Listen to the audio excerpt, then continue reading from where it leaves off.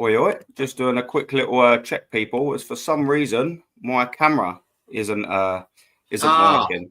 It's your camera. Yeah, it's Right. something's going down. So it said on here. Sorry for people that are having a little watch, but on mine, am I having a little look? Oh yeah. No. I'll tell you what. We can see me live. There we go. So we are good to go. Right. Let's properly start that then, shall we? Well, I hope so, because I still can't see you, my friend. Yeah. But, on YouTube, I've just clicked and I've gone into my stream on YouTube. We're in here. Martinelli's in here. Oh, he's missed it. Oh, you might have to mute that sound, DJB. Otherwise, we'll get what do you call it? Let's mute this sound. Hang on, mate. Let's get rid of this sound. Hang on. There's only one team in this now at the moment. Right, I've muted the sound. Cool. Sorry.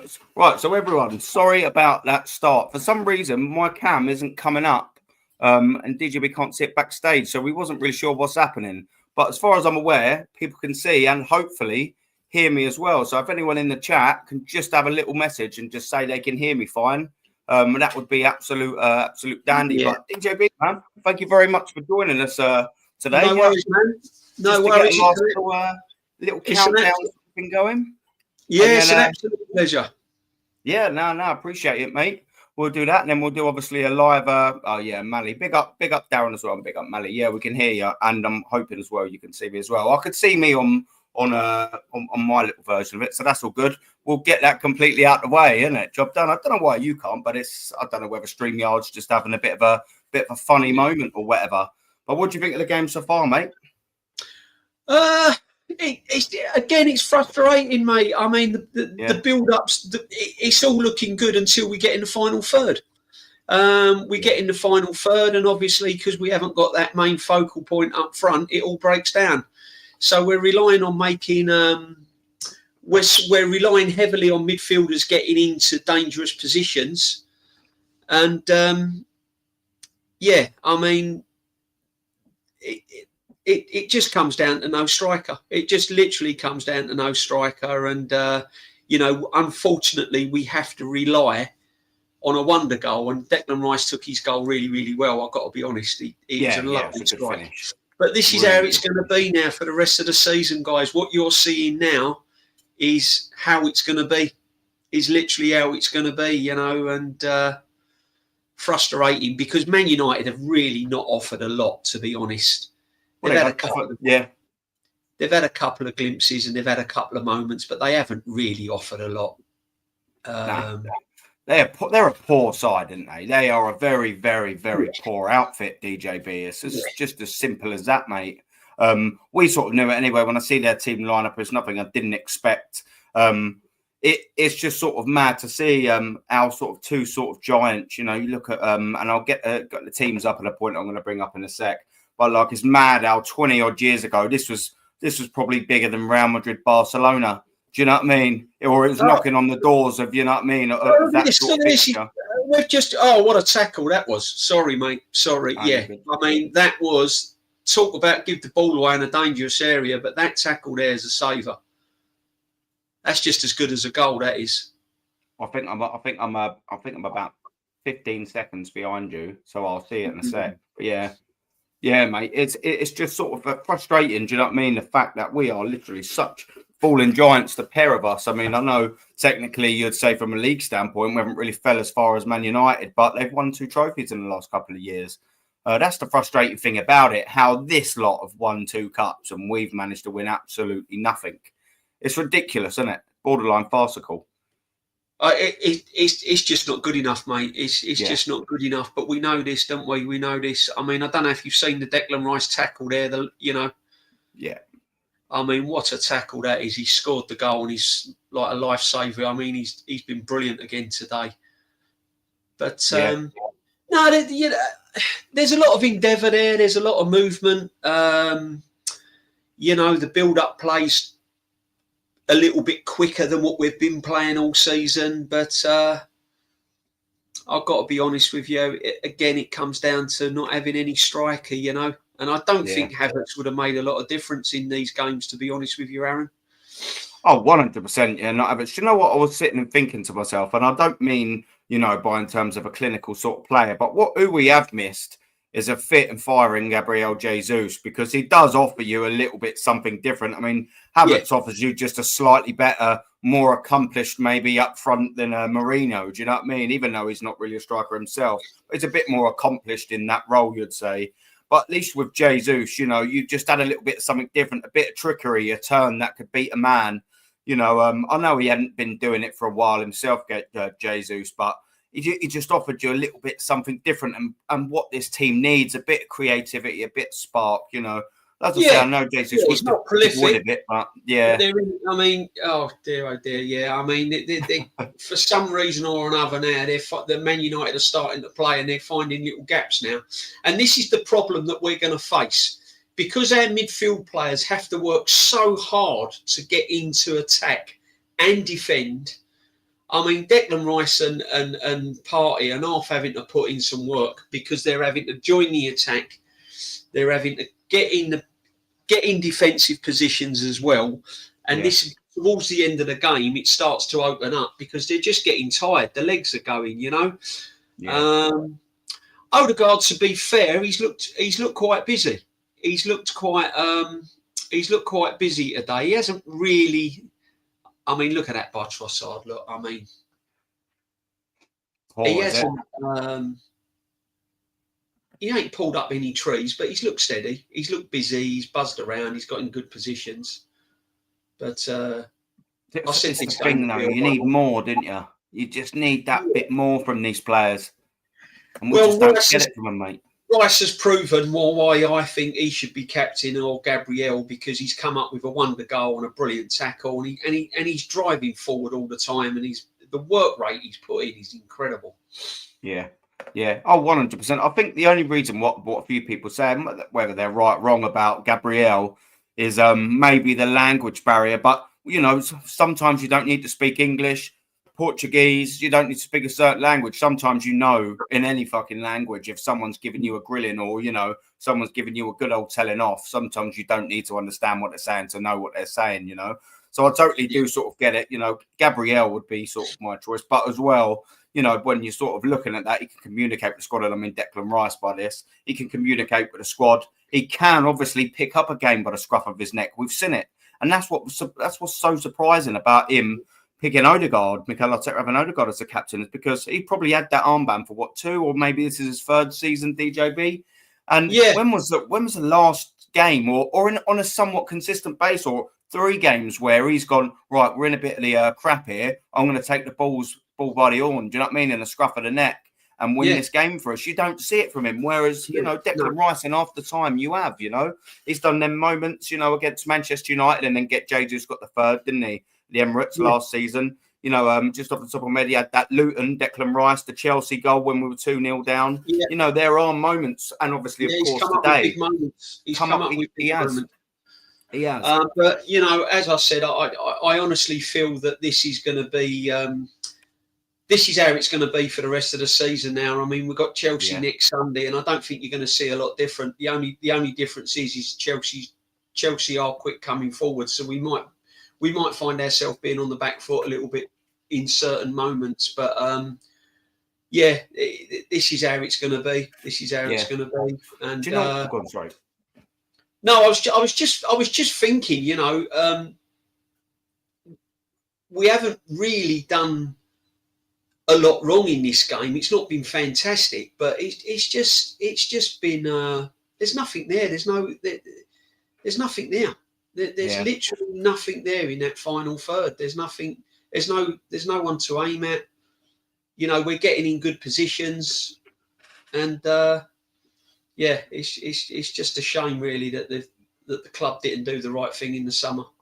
Yeah. Do you know what as well? You didn't have to be Mystic Meg, did you, to know that Bruno Fernandes was going to ping that free kick straight in and all? How many times, Bud, have we sat there over the years and watched Arsenal, and we've read this book so many times, we've listened to this record over and over. You just knew, didn't you? You knew where that ball was flying. 100%. It's the most unsurprising surprise you ever seen in your life. You went, of course. Of course he was going to, obviously.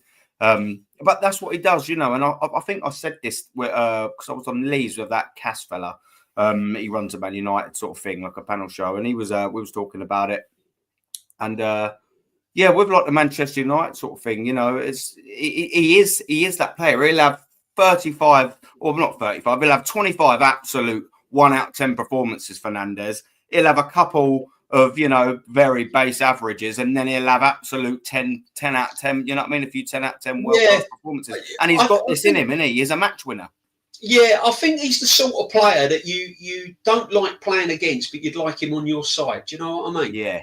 I wouldn't say no to him at Arsenal, to be honest, because he's got that little bit of quality. Yeah, as a squad player, definitely. As a squad player, he's got what I'm sure you mean. Quality, and all, but you know, as I said, we're getting in good positions like here, and I don't know, we're just.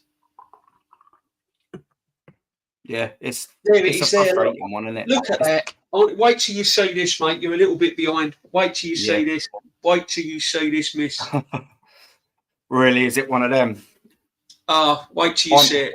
I'm on 90-30, literally, as I just said. Yeah, have a look at. Wait till you see the. All right, he's offside, but even so, I mean, it's just. Yeah. Have you seen it? No, not just yet. We're sort of at the back at the minute. We're building up. Yeah. Yeah, we'll have to. I mean, some of the listeners. I think some of our lovely audience has watched that. I mean, all right, it was offside, but even so, you know, he didn't know he was offside at the time. He's got to hit the target there, and he. Well, what we'll do next time is when my laptop doesn't decide to be an absolute melt, we'll try and sync up a little bit better. But we was messing around. Well, we weren't. You was fine. I was messing around, wasn't I, with all the laptop shenanigans. So we'll try and. Oh dear, yeah. Oh wow, yeah. Oh wow. You've caught up now, have you? Yeah. You knew, yeah. Oh wow. I mean, like, he's offside, but never. Even so, you've got to score that. You've got to hit the target there. You've got to make it go to VAR at least, haven't you? Even in, you know, it's a split second. His brain hasn't said to him right then, "Oh, it's off." Just take the 1-1 now. Just take the 1-1 now. Oh, here it is. Here it is. Oh my God. No. Wait till you, honestly, Aaron. Wait till you. I'd take the 1-1 now. We're under the cosh here. We've run out of legs. See, this is the problem, guys. This is the problem. Bruno nearly scored 100%, and he should have done. Bruno should have done, my friend. This is the problem we're going to have when you haven't got strikers, or when you haven't got players that can hold it up and take the sting out of the game. Yeah. The midfield players are having to work so hard, and you can tell now they're on their feet. They're absolutely on their feet, because Man United have created some chances at the end. Yeah. Now, if you now put that in a Real Madrid or an Atletico Madrid game, and it's tight like this, and our midfield players are having to put the work in like this, you know, these Madrid teams are not Man United. You know, they're going to punish you. You know what I mean? 100%. 100%, mate. This is the problem, guys. I mean, look at this. Look, Raya's done brilliant now, to be honest. He's done brilliant now. I mean, he really has done well now. Yeah, I'll probably be coming up for me in a second. Yeah. It'll be all over. It's going to be 1-1 full time now, and we can have a little chat about going forward. But 100%. That I definitely. Trossard ain't done enough for me this game. Trossard hasn't done enough for me this game. He's been like this game. We have just been like Trossard, too hot and cold. Way too inconsistent. He's not a 90-minute. It's all over. He's not a 90-minute player, and I called 1-1. I mean, any listeners that have been listening to me on streams, I called it 1-1. So again, another missed opportunity. You won't. I mean, look at Casemiro. He's hugging Fernandez like as if they've won the cup. Do you know what I mean? And that's mad. How to sit there and you think that Manchester United 1-1 at home. You know, so after when they've got their problems, I've just seen the Raya thing. Well, it's a replay of the Raya thing. Absolute. Yeah. Nearly. Right. He's done a couple of them this year. to just change my own thing. Then he's done a couple of them this year, and he, them last sort of jumping sort of reactions. He had one at Villa, didn't he, at Villa Park, where he nearly got caught out, and he had a mad little save. And there was one other one. I can't think what game it was, but I mean, we've just obviously just done showing you. Yeah. We're giving away way too many chances. I know the game's sort of over. We're giving away too many chances. The chances that we are creating are just nowhere near enough on a consistent basis. And like what you said, and you're quite right in saying it as well, mate. We got to like when we got to when was it? I think last month or whenever it was, when we had all of them injuries and then we were first confirmed. I was just totally resigned to the fact that, look, we are going to be watching some horrendous football, for the foreseeable future. And all right, we got out of jail against Leicester, didn't we? 2-0. But I mean, that was a very ugly watch, regardless, especially all the way up. 100%. 100%. Barring, what maybe the Manchester City performance, of course, and the PSV, we've been treated to some absolute stinkers, DJB. I mean, it's not.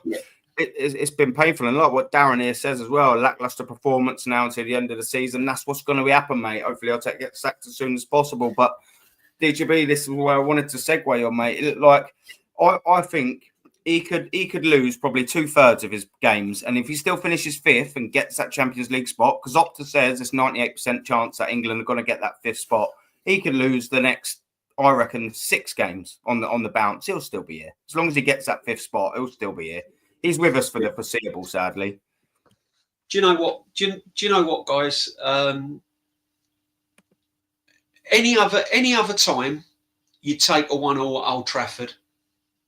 But from what I've seen of Man United, even with that team that we had out there, that's points dropped again. It's points dropped again. But the season's done now. We're just playing the fixtures out. We all know the season was done probably 2 weeks ago when we lost against West Ham. But we're just playing the season out now. I'd rather, we might as well just lock it off. Tottenham are Tottenham. Man United are in the mud. Sort the top 4 out. Give Liverpool the trophy. It's done. Yeah. I cannot believe that there is nothing on these Premiership games at all now for Arsenal Football Club, and we're this early into March. Do you know what I mean? Mate, it's madness, isn't it? You think like you said at the West Ham game, the season was basically over, wasn't it? That was in February, for crying out loud. I mean, what are we doing here? Yeah. Do you know what I mean? Let that just sink in. We're sitting here now, and it's like West Ham and Tottenham and teams like that. You're just playing out your fixtures. The only thing now that we've got to go for is the Champions League, and that's going to be that won't last very long. No way. Do you know what makes me laugh about that Champions League? Yeah, the most in particular bit, and I know we'll probably have a little chat about it again in a bit. But like, everyone's saying they want Atletico Madrid now because some of the people are saying they want to see Vinny at the carpet or whatever. We'll get demolished by both of them regardless. But just to let this sink in as well, we've got nothing to play for since February. People don't want Atletico Madrid. You lost 4-0 over 2 legs to Eddie Howe's Newcastle, for crying out loud. What do you want the master, Simeone? What do you think he's going to do to you? It's batshit, DJB. I don't understand it, mate. Yeah, it's just like every game now is like every game in the Premiership now is like if only. Oh, if only we'd have had that. If only we'd have had this. If only we'd have had that. I mean, the only plus today was the goal by Declan Rice, the tackle at the end there by Rice,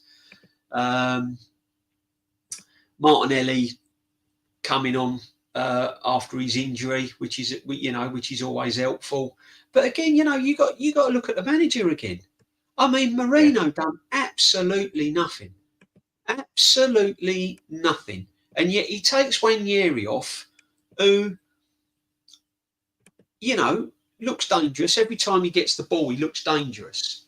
Surely, you've got to try something different and put Martinelli down the centre, take Mourinho off, keep the shape, put Martinelli in the middle, and try something different. And he keeps Mourinho on, and it's just it's just absolutely pathetic. It really is. And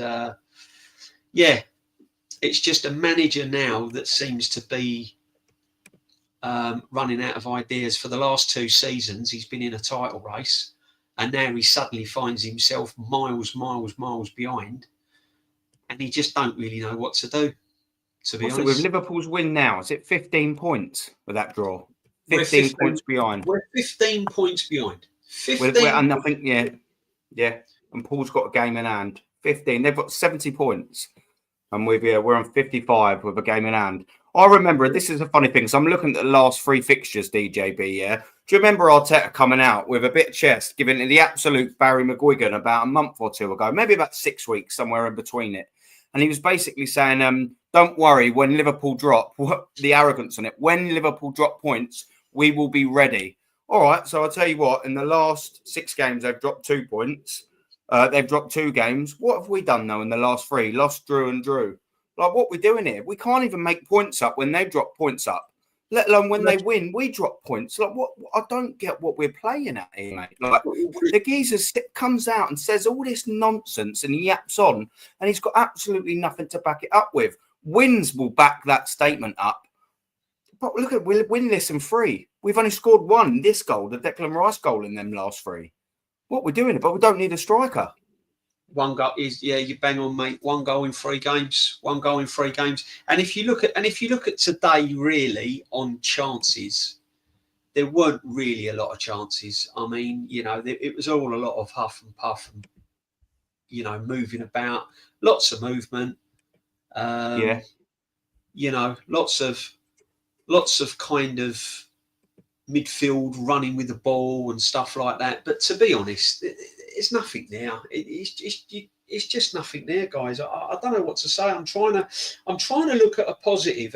I'm trying to look at a positive, and the only positive I can see was I thought Rice had a good game. Odegaard looked busy, but he doesn't really do anything. He just looked busy. Yeah. Partey does what Partey does, gets the ball, lays it off. The back 4 weren't really troubled, apart from Calafiori. He's well out of his depth at left back. He's never a defender. Yeah. I mean, the build up to that free kick, he's trying to rugby tackle the guy. You know what I mean? He's never. And the header should have gone to the side. It should have gone out for a throw on. So I don't know. I don't know what he sees in him defensively. I really don't. So, I mean, on the whole, it's another kind of predicted scoreline, isn't it, with Arsenal? Yeah. And, this is why, mate, I cannot get gassed up over that 7-1 against PSV, because I knew what the next game was going to be like. Do you know what? You've tied me in so nicely there, because there's something I wanted to say to people, and they probably all know anyway, because there's a lot of knowledgeable people in the chat, and it's certainly a knowledgeable person on this panel, and his name ain't Aaron, and it's definitely you, my friend. So the last time Arsenal scored 3 at neutral ground against Manchester United was the 79 FA Cup final. The last time we scored 3 at Old Trafford in the league, or anywhere in Old Trafford, was 1970, December. I think it was December 20th. Yeah, wow. 1970 was the last time we scored 3 goals there. And the reason why I'm saying 3 is because all these top gooners, after that PSV result, have been going absolutely batshit, thinking that we're going to batter Manchester United. So I sort of decided to go, well, okay, well, it's Old Trafford. When was the last time we battered Manchester United? And there you go. There's one more to just recap, so a couple more people has joined. The last time at neutral ground we scored 3 at Man United was the 1979 FA Cup final. The last time we've scored 3 at Old Trafford was in 1970, December the 20th, but it's definitely December, there or thereabouts. When was the last time we scored more than that, do you reckon? 4 away at Manchester United. We weren't even called Arsenal. We was called Woolwich Arsenal, and it was 1909. Was the last and only time, I think, because it stopped going back. The data ran out. I went, okay. There was a couple more down. Yeah. So where's all this battering come from? We haven't even scored 4 at Old Trafford since we've been Arsenal. It was 1909. What are we doing here? That's over a fucking century ago, mate. Like, what are we doing it? So where are we getting all this battering from? And that's not with that's even with the Invincibles buzzing around with your Bergkamps and Henrys. So what chance of this side have got of scoring 3 goals? Listen, this game had 1-1 written all over it. You know, Man United weren't going to do a lot. The only way Man United was going to really score was with a worldie, and they did. Although they had a good chance at the end, a couple of chances at the end. And it is what it is, guys. It is what it is. This is what happens when the club doesn't do the right thing in the summer, when you don't make the right signings, when you've got a manager that's stubborn, when you've got a manager that's not prepared to take gambles during in-game management, when you've got a manager that's not prepared to change things in-game, try something different. What do you expect? You can't expect anything else other than just letting the season fizzle out now. Because that's what it'll be. That's what it'll be. I mean, the season's just going to fizzle out. The game against the PSV in midweek is going to be a kind of, Are you going to that? Yeah, I am actually. Yeah. Do you know what? I am and all. I couldn't sell it. I tried. I tried, but I did try to sell it and give it and that, but no, I will be going. But it'd be nice to catch up with a few people over there and stuff. And Well, I was going to say, like, I might take a little walk around your bottom tier. I might just take a walk around, say hello for a couple of minutes. 114. Oh, you're top 114. Have a look. Yeah, if I'm there, have a look, matey. Definitely. Yeah, it'd be great to see you, Aaron. Yeah, it'd be great to meet up, mate. Yeah. Like I said, I know you'll have bits to do, other people to see, but I'd just stop round, say hello. Do you know what I mean? Give you a handshake. No, that'd be great. That'd be awesome. But do you know what? As well, though, I'm just so. I'm more buzzing about the sporting director that has just been coming in, mate.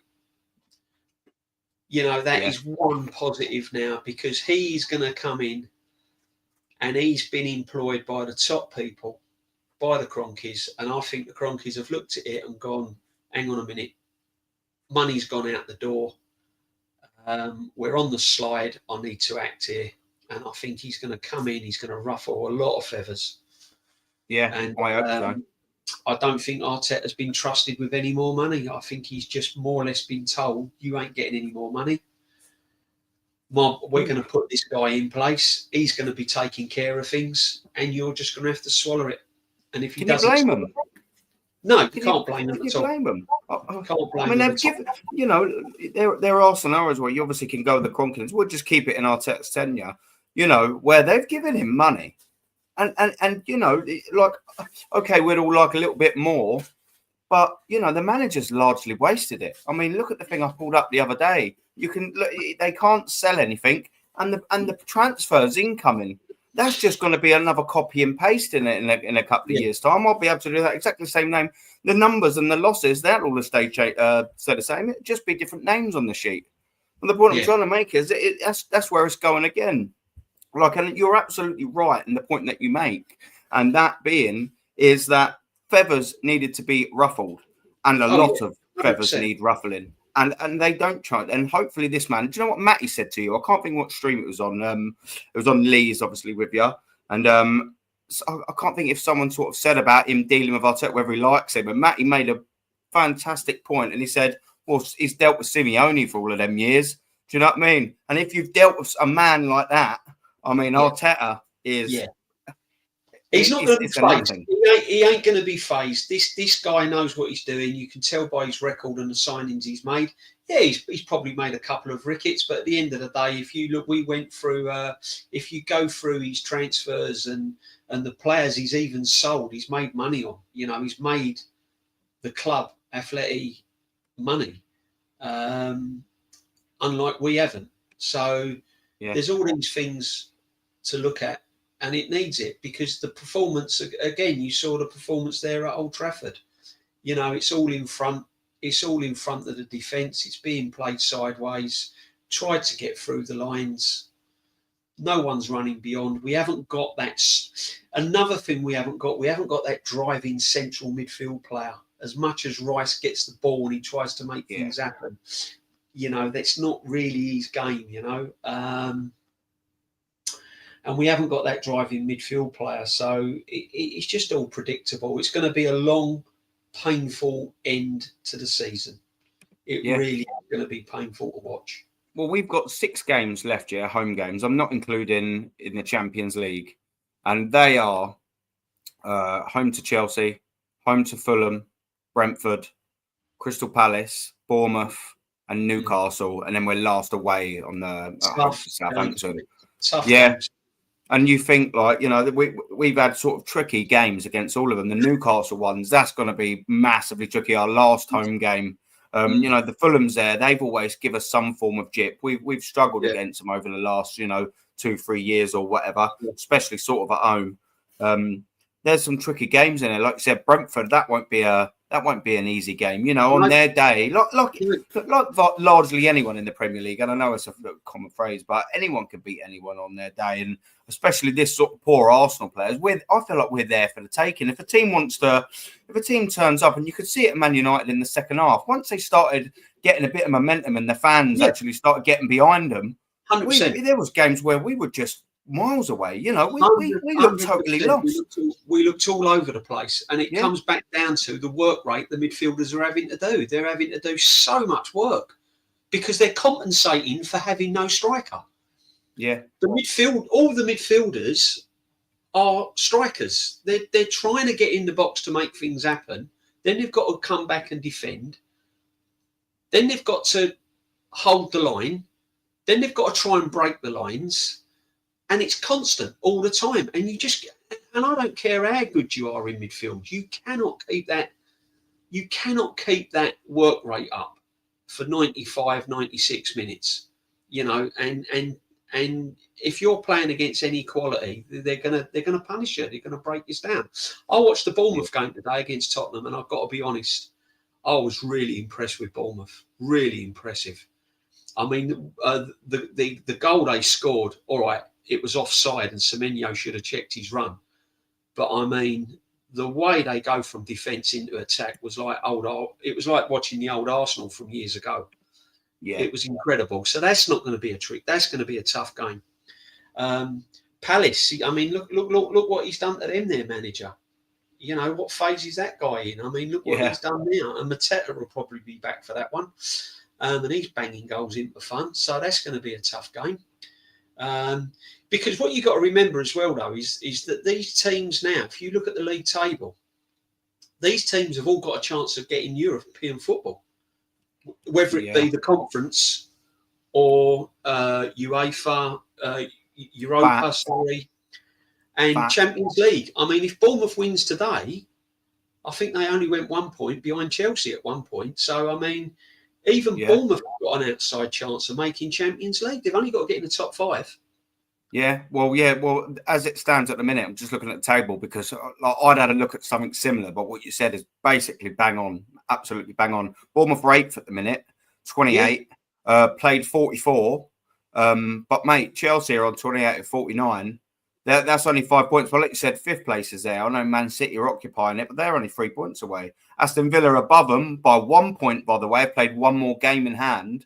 Like you said, they're all fighting for it. Chelsea are 4th, fighting for a Champions League or trying to keep it within the Champions League places. You know, you got Bournemouth. Like you said, they're going to want to try and get as high as up as they can. They could maybe 5th place might be a little bit of a pinch too high for them, but definitely 6th for that Europa League spot. They'll be buzzing at Bournemouth, mate. And I'll tell you what, like you quite rightly said, and all, they bloody deserve it if they got Europe of any form.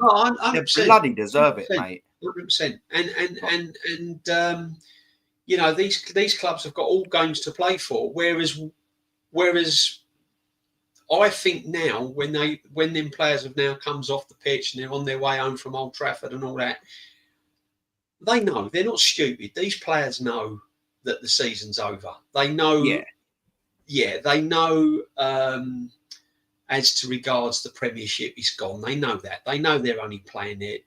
And the problem is with that now, it can either go two ways. They could either just scroll over the line and just go into games kind of, let's get this over with and find ourselves finishing 4th. Or they'll make a fist of it and just sort of like comfortably try and make the gap between Liverpool and Arsenal more respectable as to regards the points tally. So instead of Liverpool winning the league by sort of 12 points, they win it by 8 points or something, you know? Yeah, to show a bit more respect. That's the only way I see it, guys. It's going to be painful. And if things don't change, this summer, this summer, as far as I can remember, Aaron and the listeners, is probably the most important summer I can ever remember of Arsenal Football Club since I've been a fan. I've never known a summer so important. I thought last summer was important, but this one now is big. You've got the new sporting director. We need a minimum of, I would say, 3. We need more than 3 players, but I would say a minimum of 3 players. One of them being a striker. And I don't want a project, Aaron. Don't give me. I don't want a project. I don't want someone. Oh, he's going to be okay. He will come good. We need a striker that's going to hit the ground running and straight away start the season banging goals in. Yeah.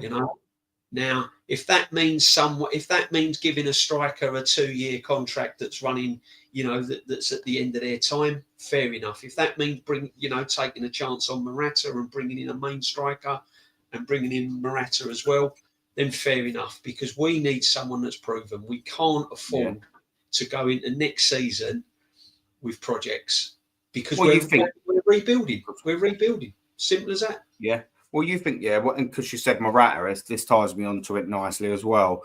Our new sporting director, like you said, we've just appointed him. He's going to want to come in with a bang. He's got an opportunity now as well. I know they haven't announced it yet. They've said next week. But we all know all of these reporters and all of that. They do it just so they can have more tweets that follow than likes. It's all, if they're saying it's done, isn't it? So at least he's got now, what we're in the beginning of March, he's got a good 4 or 5 months to really get his feet under the table, learn about the club, get his his fingernails right into the heart of this problem. And one of them's obviously signing a striker. We've had a massive problem with that. And he has signed. This is all information you'll know already. Some of the people in the chat may not, so I'll roll it out for them. He's signed Antoine Griezmann, Diego Costa, Morata, Suarez, Julian Alvarez, Memphis Depay, Sorloth, Felix, Cunha, Dembele, and Jota. I mean, that's without all the other players like Rodri, Blacks, Jimenez, Correas. He knows what a striker looks like, and that's where I'm sort of hoping that largely, he's built a good enough defence. There's obviously a few ifs and buts in some places, but largely he's built, I think, a solid enough defence. Midfield, there's a couple of pros, a couple of cons, but when it gets to that strike, it almost goes, defence up here, midfield down here. And I mean, I can't even put my hand into where the strikers are because they're so lower and far down. It's such a terrible part of our squad. Surely this man's got to come in, Berta, and absolutely reinvigorate this striker, because Arteta clearly can't identify one. He don't know what one looks like for love nor money. Well, I mean, he had a young kid on the bench today, didn't he? He ain't even prepared. The league's done. Just try something different. Yeah. Try something different. The league's done. Go and beat Man United. And he obviously thought Moreno was a striker. Well, that's run its course. That's gone. So that's gone. He's got a young. He even had Sterling on the bench. And he's bringing on Tierney and he's bringing on a left back and he's bringing on defenders when he's got Sterling on the bench. Yeah, I mean, Sterling ain't done nothing, but surely he's going to be better than Moreno. But again, when he brings Sterling on, he plays him wide, stick him down the middle, try something different. And this is what's frustrating with him. I mean, you look at that game today. As I said, Odegaard runs around and he looks busy. I'd tell you the sort of player Odegaard is, right? When you play football in the playground. I'm listening. 2 seconds, yeah.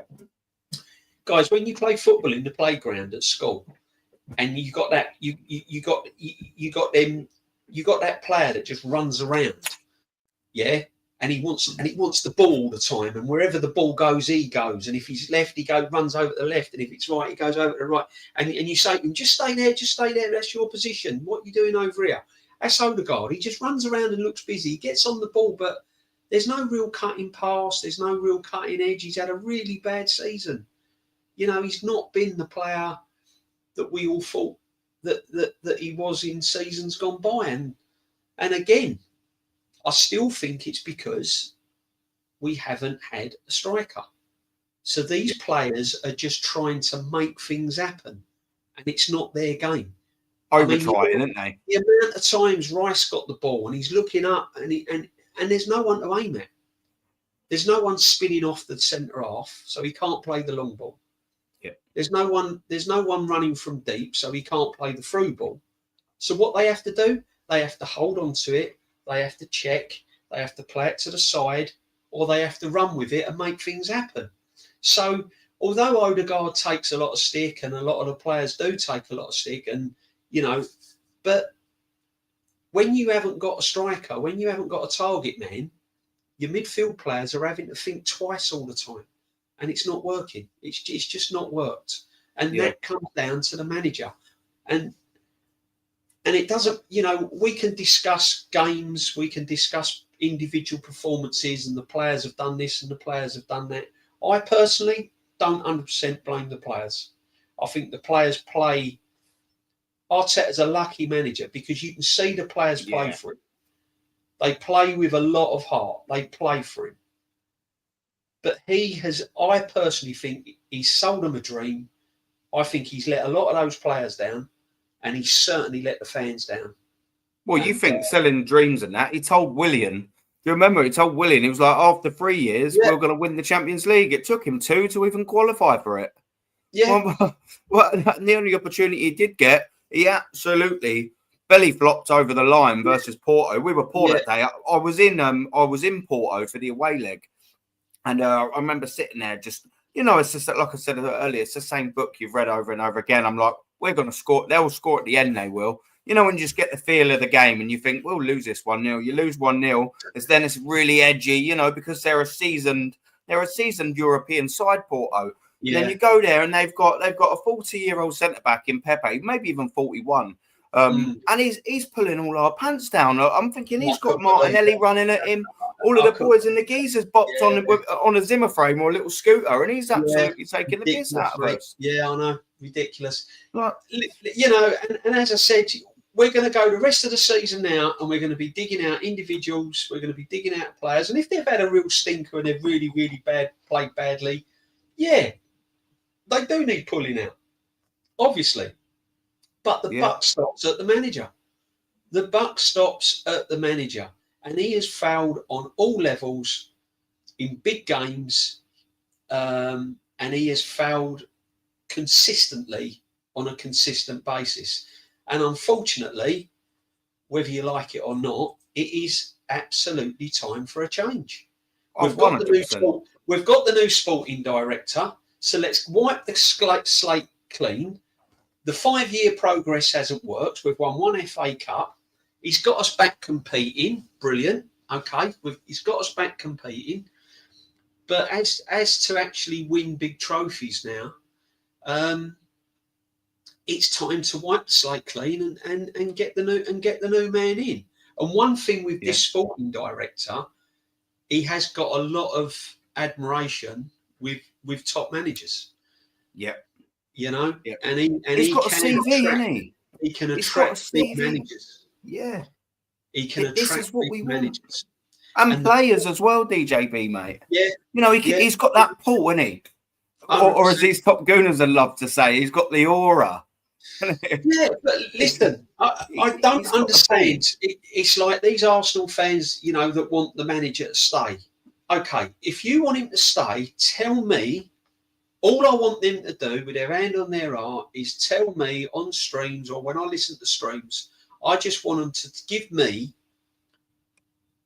5 reasons why you want the manager to stay and whether things are going to change next season. Whether you think, because at the moment, I cannot see anything changing next season, whoever we sign. Yeah, and that's why, like Jason in the comment earlier just sort of said, hopefully, and big up as well, Jason, mate. Hopefully, this does come in and takes absolute control of the signings, because it's not just his lack of identifying signings that the issue, that especially the strikers, like what I said earlier. Yeah, big up, man. Is earlier, he's got an issue in general. I mean, yes, he's had a couple, but as I've said plenty of times before, this man signed 32 players, and I can count 5 and a 6 as an absolute bonus of signings that I think are adequate enough to play for Arsenal Football Club. Good, is it? That's not good math. When you run percentages there, you're thinking, this is like 1 in 6. No, and this is the issue as well with the summer. And I've said this in the same sort of style, and I'll happily say it again.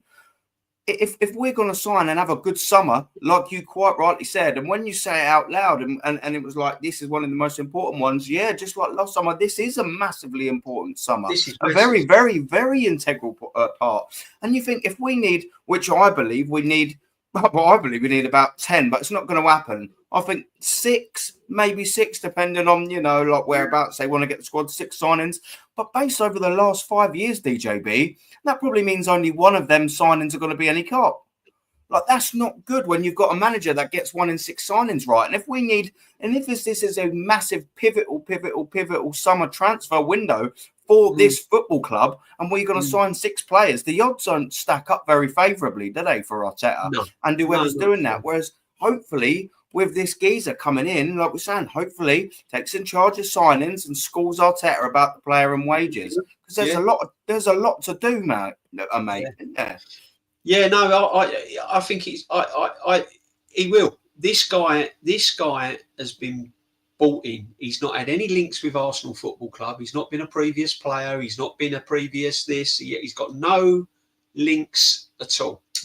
Yeah, this guy has been bought in because they know that things are on the slide. And he's also been bought in because these guys are looking at other clubs like Newcastle with all their money, Everton, new owners moving into their new stadium, money. Man United's not going to stay still because they're one of the biggest clubs in the world. Liverpool are going to strengthen. This guy has earned the trust within 1 season of the Liverpool owners. Boy, has he. He's probably going to do the baby double. He's going to be allowed to turn around and say, look, we're probably only going to keep Salah for another season. I need someone X, Y, Z. So they're going to back him. So all of these clubs are not going to stand still. And I think that what they've done with this sporting director is gone, right, we're going to get the best possible man available, and this is the best man available at this time to come in, have a look at everything, sort everything out, have a look at the past, have a look where money's been wasted, and he's going to have a say. Because I'll give you an example. If this man was in place when we bought Havertz and Arteta went to him, we've got to pay 65 million, I want this man, this guy would turn around and go, we're not getting him. We ain't paying 65 million for him. Look at his scoring record. Look at his goal scoring record. We ain't paying 65 million for him. And this is what Arteta's going to have to face. Where he's probably been in the past, you want Arteta? Yeah. You want Havertz? Yeah, we'll go get Havertz. You want this one? Yeah, we'll go and get that one. Yeah. He's not going to have that freedom. He's not going to have that freedom. He's going to have a barrier there where he turns around and go, yo, we are not paying 65 million for him. 100%. He's not going to have Edu to bully either, is he? Because I think he bullied Edu a little bit with things, and that's probably part of the reason why. Edu and Arteta, I think Edu and Arteta, it was playground mates. That, it was old school. It was like, I'll scratch your back, you scratch mine. But basically, they were two amateurs. You had Edu as a car boot salesman, basically, and you had Arteta as the new kid on the block in the managerial sense. Yeah. So basically, it was like the blind leading the blind. So you weren't ever going to get top-notch business there. This is why the club's lost a lot of money, because whereas this guy, he knows what he's doing. And Arteta's either got to have to work with him, or he's going to have to leave. And I personally think. See, I said in the stream last night when I went on Leeds last night. I mean, like Rashid, he reckons that Arteta will get 1 year working with this guy, and if it doesn't work out after 1 year, then he's definitely gone. I can see that. I reckon give him till Christmas.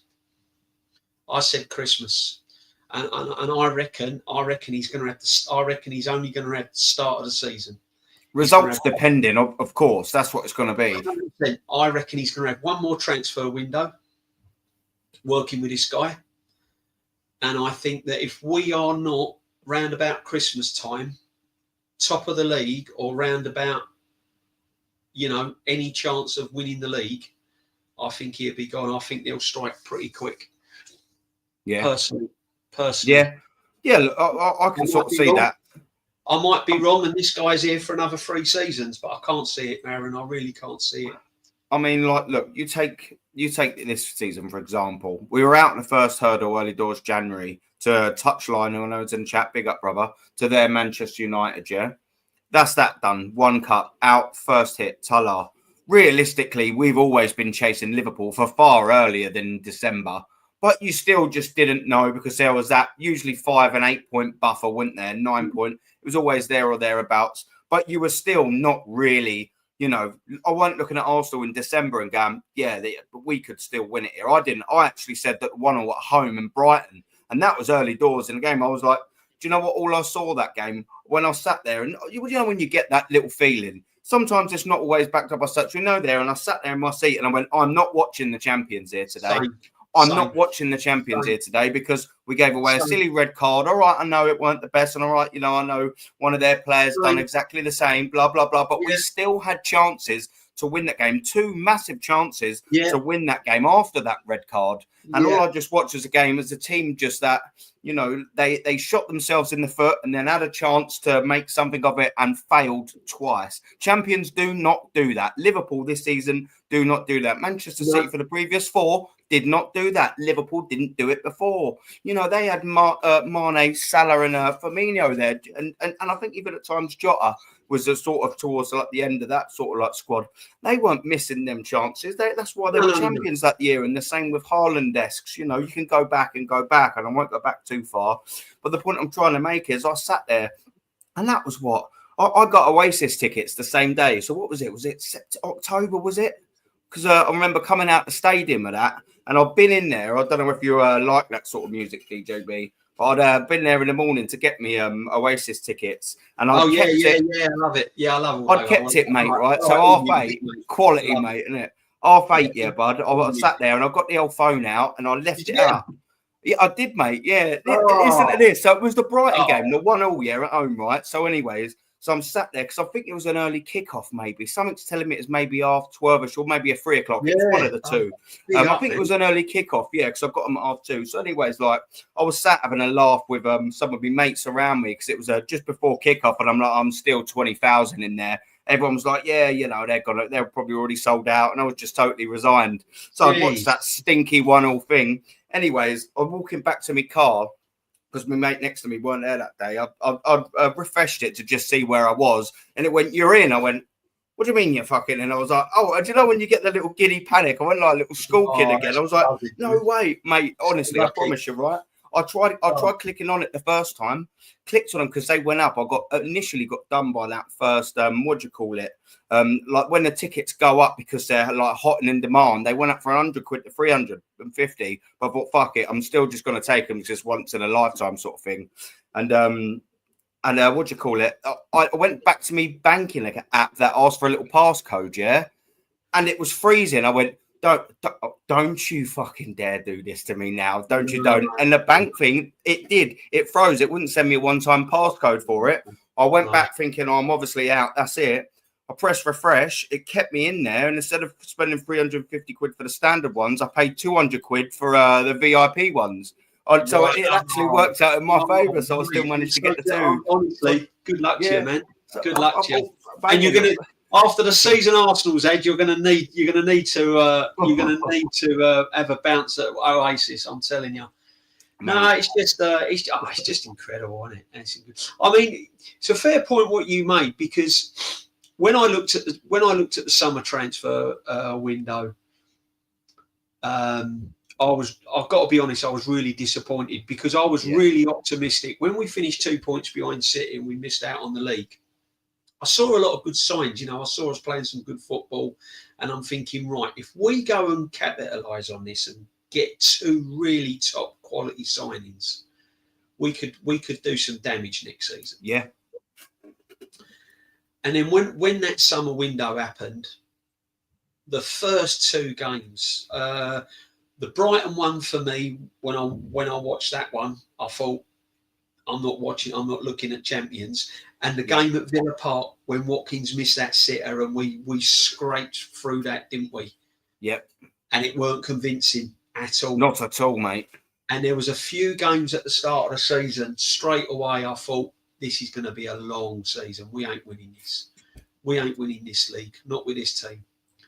And, and then you saw the manager started to play party at right back and he started to tinker. See, but this is what gets me with this manager as well.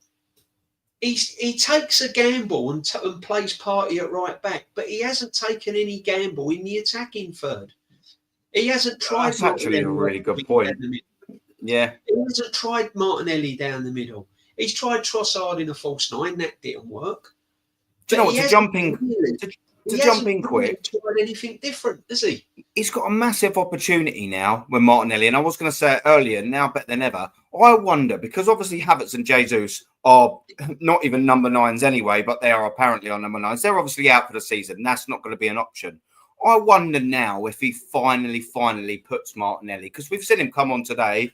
Obviously he's going to be a bit rusty, whatever. I wonder, because the remaining part of the season, he has an opportunity. All the games are his up front if he stays fit and wants them. I wonder if Arteta will finally put him up there, or whether he'll carry on with this Mourinho.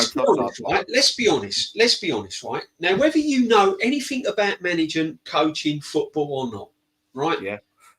Out of the 2, Mourinho and Martinelli, who would you take a gamble on playing up front? Bearing in mind what Martinelli was doing under Unai Emery. Yep. And where he was playing. That's the point. And the goals he was playing in. Right? Didn't he get like 11 or something or whatever? And he was only a young kid, wasn't he? Or 15, was it 15 that? Was it maybe 11 in the league or something? Yeah. Right?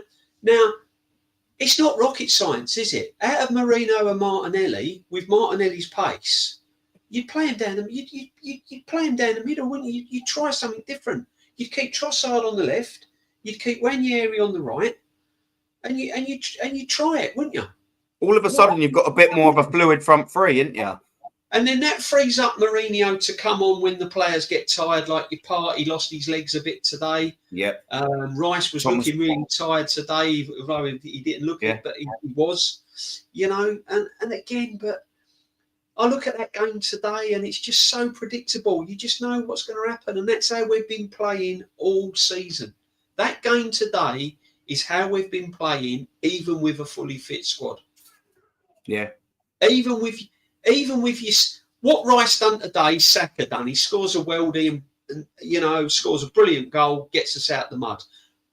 But everything about today's game is how we've been playing, injuries or no injuries, red cards or no red cards. That is how we've been playing.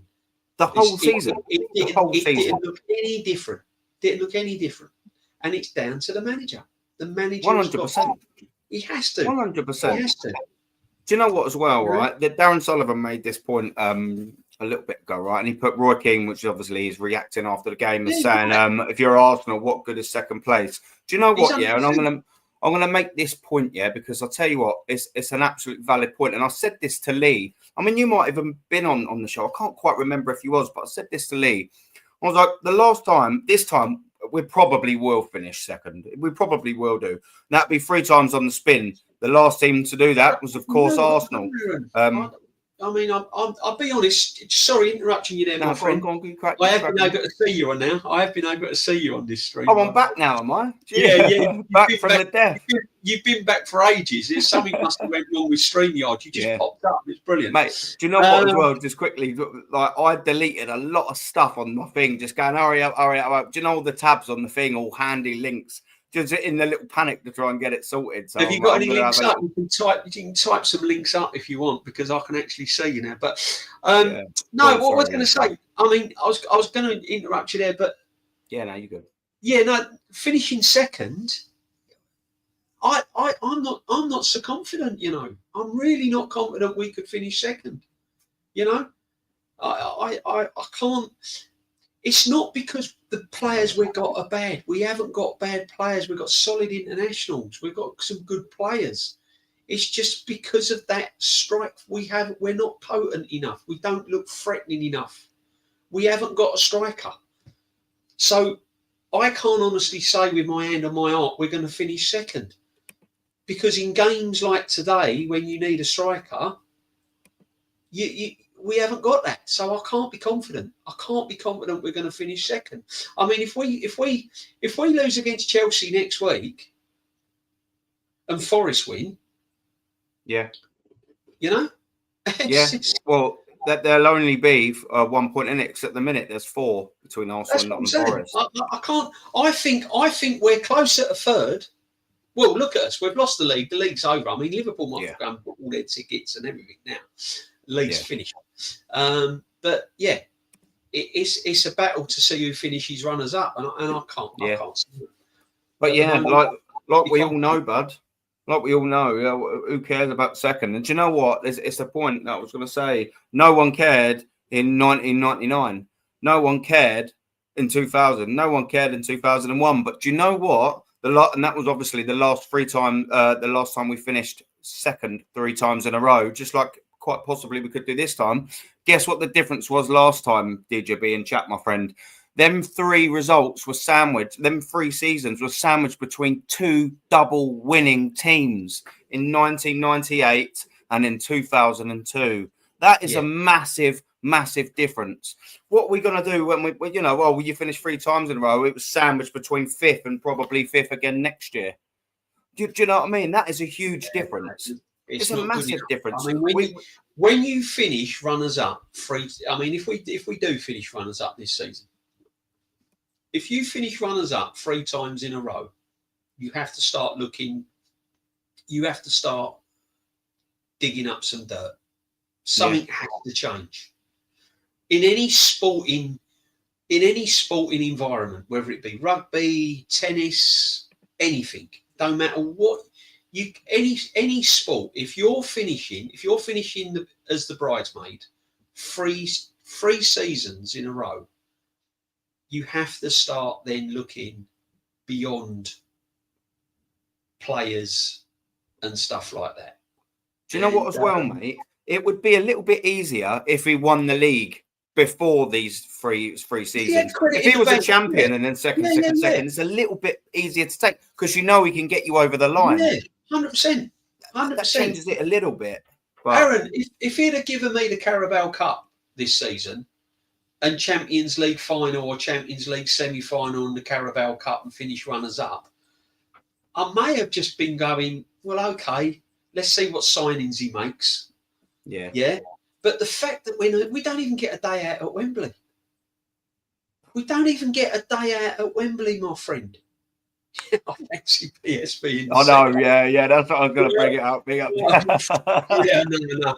It ain't going to happen. But hey, it's Arsenal. Yeah. You know, we could be 3-0 down in the first 5 minutes. You never know, do you? Yeah. That's the point. Imagine that. Oh no, imagine the impossible. Jesus. If there's any team to do it, innit? That's the thing. If there's any team to do it. You'd still have top gooners wanting him in. You know what I mean? 100%. Listen, I've said it before. You know, I don't hate the guy. I don't. I think he'll make a good coach somewhere. I think he's got qualities somewhere else. Whether that, I don't think he's got quality at a top club, but I think he's got quality somewhere else. And in the future, he might be successful. But at this current moment in time, he's had 5 years. He's going into his 6th year with Arsenal.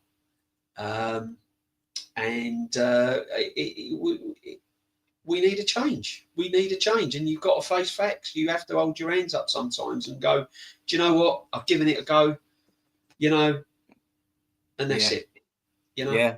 Yeah, now do you know what as well? Just quickly, what Darren's saying is, I see that because I've still got my telly is literally bang right in front of me, so I can just have a little look up. I haven't seen all the interviews. I'll catch up with all the waffle later. He did look like he was getting obviously I can't hear anything, but I know what Darren's saying here. He looked a little bit. Does he look a defeated man, Darren, my friend? Does he look like a coach that has kind of held his hands up and gone, "That's it, I'm done"? Yeah. Oh, 100%. You listen, you ain't stupid. This guy's played at top level. They're all top. You know, they've all been around top managers and top coaches and top teams. They're not stupid. They know what he's done. It's done. Do you know what? It was done weeks ago. Let's 100%. Like, I can't think. The points have obviously changed like a little bit over the last few results, of course, because Liverpool are now absolutely steamrolling it. But I don't know whether it's you or Matty or maybe someone like that might have said, like from like October or something like that, or the last 12 games, we'd only caught or a 12-game period, we'd only caught Liverpool by 2 points and thought that we were going to catch them by 11 over the next 12. When we went over. I think the title was we ever in a title race? Yeah, and I don't think so. Points, if you look on the points, on average, we've been 7 points behind Liverpool all season. We haven't been first once, even not even for a day. On average, the points between us and Liverpool have been 5 and 7 points all season. Right now, it's 16. I mean, it's just 15. Is it 15 now? 15 now. They've got a game in hand, but either way, well, let's say they've got a game in hand. There's 18 points in because we've got a game in hand. Sorry, on them, so it could be 12. Chelsea, either way, the Chelsea next Sunday will be a draw. That'll be another draw. So was we ever really in a title race? No, we haven't really ever been in a title race. It's been a myth. The whole thing's been a myth. We haven't been in a title race. The only reason why they've labelled us with being a title challenge is because City has fallen off. Chelsea's still going through their phase. Yeah. Tottenham's been Tottenham, what Tottenham always do, and Man United are in the mud. And we've been the closest kind of team to challenge, but we haven't really, if you look at it pound for pound, we haven't really been in a title race. Now, I know you're going to have Top Gooners come on and say, oh yeah, but you know, if we'd have won this game, we'd have been only 5 points behind, and if we'd have won this game, we'd have only been 4 points behind. The fact is, we didn't win them, and the fact is, we didn't look like winning them. It was never about how many points Liverpool could drop. It was about how many points or games we could win. And I was more confident of us dropping more points than them the whole time anyway. Do you know what I mean? I haven't had, there's been too many poor performances this season, Aaron. Too many poor performances. You know, I've come out the stadium thinking, what have I just watched? Yeah. Too many poor performances. I wouldn't mind if I was coming out the stadium and we've peppered the goal, it's off the line, we've had goals disallowed, we've smashed crossbars, we've absolutely blitzed teams, and we're sort of 8-9 points behind Liverpool. You hold your hands up and you go, right, we've done everything we can. We've done the right thing in the summer. We've signed the strikers. We've got into games. We've absolutely smashed them to pieces. We've just not had any luck, really. I'll accept that. All I ever asked for, being an Arsenal fan, is give me the best possible chance of winning a trophy. Do everything you can to give me the best possible chance when I'm supporting this football club of winning a trophy, right? That's all I ever asked for. It's not much, is it? And I don't think it is. I've never felt let down so badly as I have this season. Like real gut-wrenching let down. Really let down. Because we have, isn't it? We just have, haven't we? I feel as if they've gone up to me and gone, do you know what? Fuck you. I can't be bothered. I'm not doing it. Don't care what you say. Yeah, but I've just paid all this for my season ticket. I don't give a shit. Do you know what it feels for me? It feels like really let down. Really let down. 100%. And I've said this to you before. Before the Manchester City game, the last time I'd walked out the Emirates feeling like that was good was the Chelsea game when we beat them 5-0 or 5-1, whatever it was. That was last season. Like, that's what we sort of go for. And we pay a lot of money. We pay a lot of money, and as you would have seen, you'd have got the message last week or earlier in the week, about the rising and the prices and the changes and things like that. And you're sitting there, and I just thought to myself, when I got that message, again, they're doing a lower tier. I think lower tier was 5%, upper was 3%, so upper both for us. It was something like that. Yeah, and I sat there and I just thought, you cold so-and-sos, purely because, you've just had a failure. And look at this season's been an even bigger failure. And all you care about is increasing them prices. You don't have to do that. You don't have to. There's a lot of clubs this year that haven't increased their prices. I can't name them off the top of my head, but it's the majority. They could have frozen for a season. They could have froze them for a season. Because I'll tell you what we're going to see with all these. You're going to have an increase in the ticket prices, and you're going to have some big names go out the door in the summer. Because we've not done the right thing over the last 2 years on these signings, in order to get quality into the club, we've got to let some sort of quality out the club. Yeah. So don't be surprised if we don't sell Martinelli. Don't be surprised if Trossard don't go. Don't be surprised if a big offer comes in for Saliba or Gabriel. One of them might go. And it's going to be painful, guys. And this is what's going to happen. We're going to lose top names at our club in the summer. That's what it's worrying. I still think Martinelli will go. I think Trossard will definitely go. There's two. I'd probably give Partey another year extension. I would definitely give Partey another year extension. Because I think he's still got a lot in him, and I think he warrants he's probably been one of our most consistent players this season. Yeah. And if you give him if you gave Jorginho extensions and Elneny back in the day, then you should be giving Partey an extension. 100%. The only trouble is with Partey, he's on 200 odd grand a week. Surely they'll negotiate that extension down or something, because unless he goes to Saudi, he ain't getting 200. Yeah, you got to look at things, But there'll be some big names going out. It's going to be painful, guys. It's not going to be pretty. It's going to be painful. Just back to the season ticket thing, just very quickly. And if you need to bounce at any stage, I wrote your thing in the thing. Just let me know. I don't know how long you've got or allotted or whatever. But yeah, cool. I wanted to add this to say, just to people to see how callous, because the point I'm going to say is they're laughing at us from board level and downwards. And by us, I mean fans. And in particularly the season ticket holders or the match day goers, purely because we're the ones that are paying the money for the tickets. Have a little look at this, DJB. You would have got the same email, but when I looked at it, and I'll add some context for the people here. You might not be able to. Let me try and zoom in a little bit just so people can see that little bit more clearer.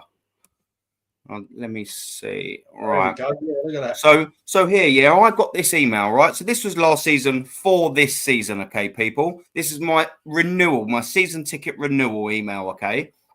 Arsenal lost Everton. Arsenal beat Everton 2-1 on the last game of the season and lost the title there. Which, by the way, the vast majority of the Emirates crowd was celebrating that second place while I was stunned in my chair. That was on May the 20th. Look at this email. To secure your seat for next season, you must do the one things before, and then they highlight it out in red so you can't see it very well, before 3 p.m. on Tuesday, the 28th of May. Disgusting. So after you've I received that 3 days after. So after we just lost the league, after all of that season and all of that effort and time and money and finances, 3 days later, they said, I'll tell you what, you've got 5 days to pay your fucking money. Decide what you're going to do or your season ticket's gone. It's there. Yeah. There you go, everyone. Have a little look at it. Pay it by Tuesday, 28th of May. And if you think I'm lying or whatever or exaggerating, go and Google when Arsenal v Everton was last season. It was the 20th. They sent me that. That was a Saturday. 2 days later on the Monday, I received this. I received that email on the 21st because they gave me a week. So 2 days after we lost the league title, they said, right, you've got 1 week and we want your money. And the trouble is, right? There. And the trouble is they've got you by the short and curlies, really, because they know you can't give up your season ticket. If you gave up your season ticket, you'll never, ever, ever get one. Ever. Yeah. You know, and if the glory days come back, you'll be absolutely gutted. You know what I mean? So you can't give up your season ticket, and they know this. This is why they can take liberties. They know this. I mean, because they've stopped the waiting list now. You can't get on the waiting list, and if you are on the waiting list, you've got no chance of getting one. So, and they know this, and so that's why they can do things like that. It's rotten, mate. It's absolutely stinks. It's terrible. Yeah, and there it is. Because I think as well, you'll probably have noticed what I've been doing recently in my streams is I've been adding things like this because it's easy for obviously people. You know, a lot of people listen and whatnot, but sometimes like we can talk a little bit fast or whatever. And I think sometimes when you just say it, it can be a little bit lost, or not necessarily one ear and one out the other. But when you leave something like this on screen, just so people can just really sort of look at it and sink in how awful and how greedy, and the only thing that this football club are focused on is in the finances. There you go. That's it. They just want average Joe like me to fork out their money. They're not even give me 2 days or the weekend to just sit and, go, wow, well, that was a season. They're like, give me your money again now. And you've only got a few days to pay it. People need to see it. And that's why we're doing it, man. It's not good enough. Just quickly, I'm going to come into read a couple of things from the chat. And Darren Sullivan as well. I've been seeing a few people in there, like recently, a couple of others have put it in the chat, saying about Arteta. He walked out the conference, the press, the after presser for being asked about striker. Yeah. He's rattled, mate. Darren, I'm glad you're keeping us updated, mate, because I can't listen to a lot of his waffle anymore because he just winds me up. So I have to switch off to it, unfortunately, guys. But big up, Darren. The reason why he's walked out is because I reckon he was told quite point blankly, you have effed up, you're not having any more money, I can't trust you, and you're not doing it. And I think he's now embarrassed by the whole lot of it. He knows he's messed up. And the difference between him and Pep is Pep held his hands up. And he said, I got it wrong in the summer transfer window. I got it wrong. I thought my players were adequate enough with their experience to go again this season.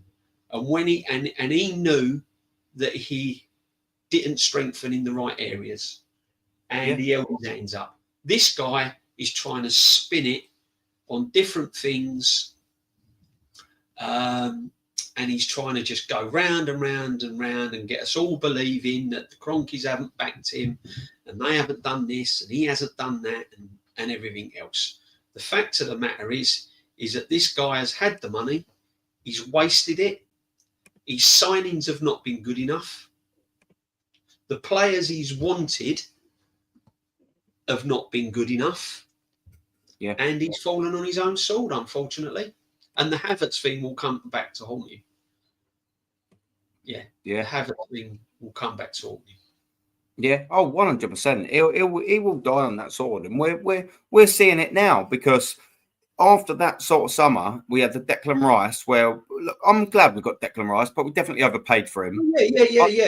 Yeah. But that wasn't the issue. No, even the Timber, that wasn't a bad signing. That I'm okay with that. But it is from that summer, that 65 million and the 285 grand a week in wages. Yeah, that's what's crippled us. Signings like that is what sort of maybe been a big factor in making these geezers go, do you know what? We don't really trust this geezer now.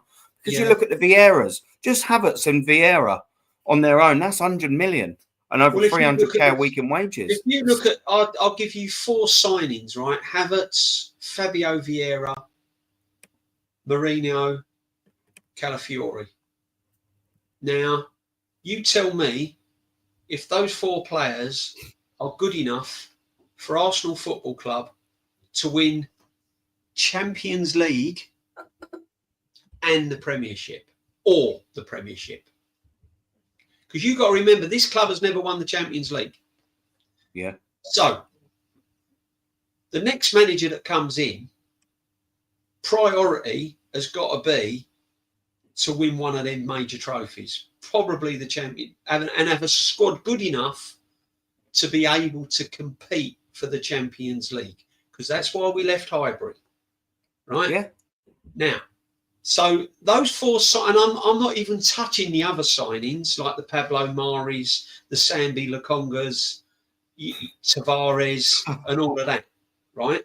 Let's just take those 4 signings in isolation. The signings he's made, right? Havertz, Marino, Calafiori, and Pablo Vieira. So think about those players and what they've offered, and now ask yourself, are they absolutely good enough to get us to a Champions League final and win us the Premiership? DJB, go back one more year and go Zinchenko, Gabriel Jesus. Do you know what I mean? Go back another year. Aaron Ramsdale, didn't like him. He done all right for Arsenal. Fair enough to him. Sold him for less than we signed him. Where have we seen that before? I think he got a bit of a rough deal, Aaron Ramsdale, really, because them saves that he made that season did get us into the Champions League. I don't care what you say. He made some brilliant saves. If it weren't for him, we'd have been found wanting because we had But no, he just hasn't. He hasn't made the right signings. And what you got to remember, the manager makes the decisions who he wants. He goes to the board, and he goes to a board meeting, and they go to him, right, we've got X, Y, Z amount of pounds. What players do you identify you need for season 24-25 or 23-24? Yeah. And he'll go, I think we should go for this one. I think we should have that one. There's a guy, in Portugal that's blah, blah. Right, okay, we'll go and negotiate deals. Right? Now, people will come back to me and say, yeah, but he got Rice. Yeah, okay, give him that. Rice, good signing. See, people say, oh, we paid a lot for him. And we did pay a lot for him. And West Ham pulled our pants down a little bit. But unfortunately, that was the going rate of a regular international football player. Whether you like it or not, you would have had to have paid that no matter what club was after him. West Ham knew they could have got that. Whether it was Arsenal, Man City, Liverpool, any club would have paid 100 million for Declan Rice. Liverpool would have done it. So I don't really look at that. Timber, good signing. Other than that, I'm really scratching my head. And it's just, the Gabriel weren't bad, Timber. Yeah, Gabriel. I always think Gabriel, Timber, Odegaard has been we've shown he was my 5 to 6. He's not even in my 5 signings. I'm just saying he's the one where I just think, maybe you can. If someone was to put him in there, I'll go. Well, okay, he had that one good season, but largely he's been disappointing. But I can get to some extent for the money we paid for him and the value we could sell him on for. Maybe it wasn't the worst I'm clutching at straws for that inclusion, if I'm being totally honest with you. I know Trossard's been okay, he came in and was on absolute fire, wasn't he, Trossard? And then he benched him. Trossard, I was excited about Trossard signing because I was watching him at Brighton and I'm thinking he's a good. I really rated him. I thought he was good.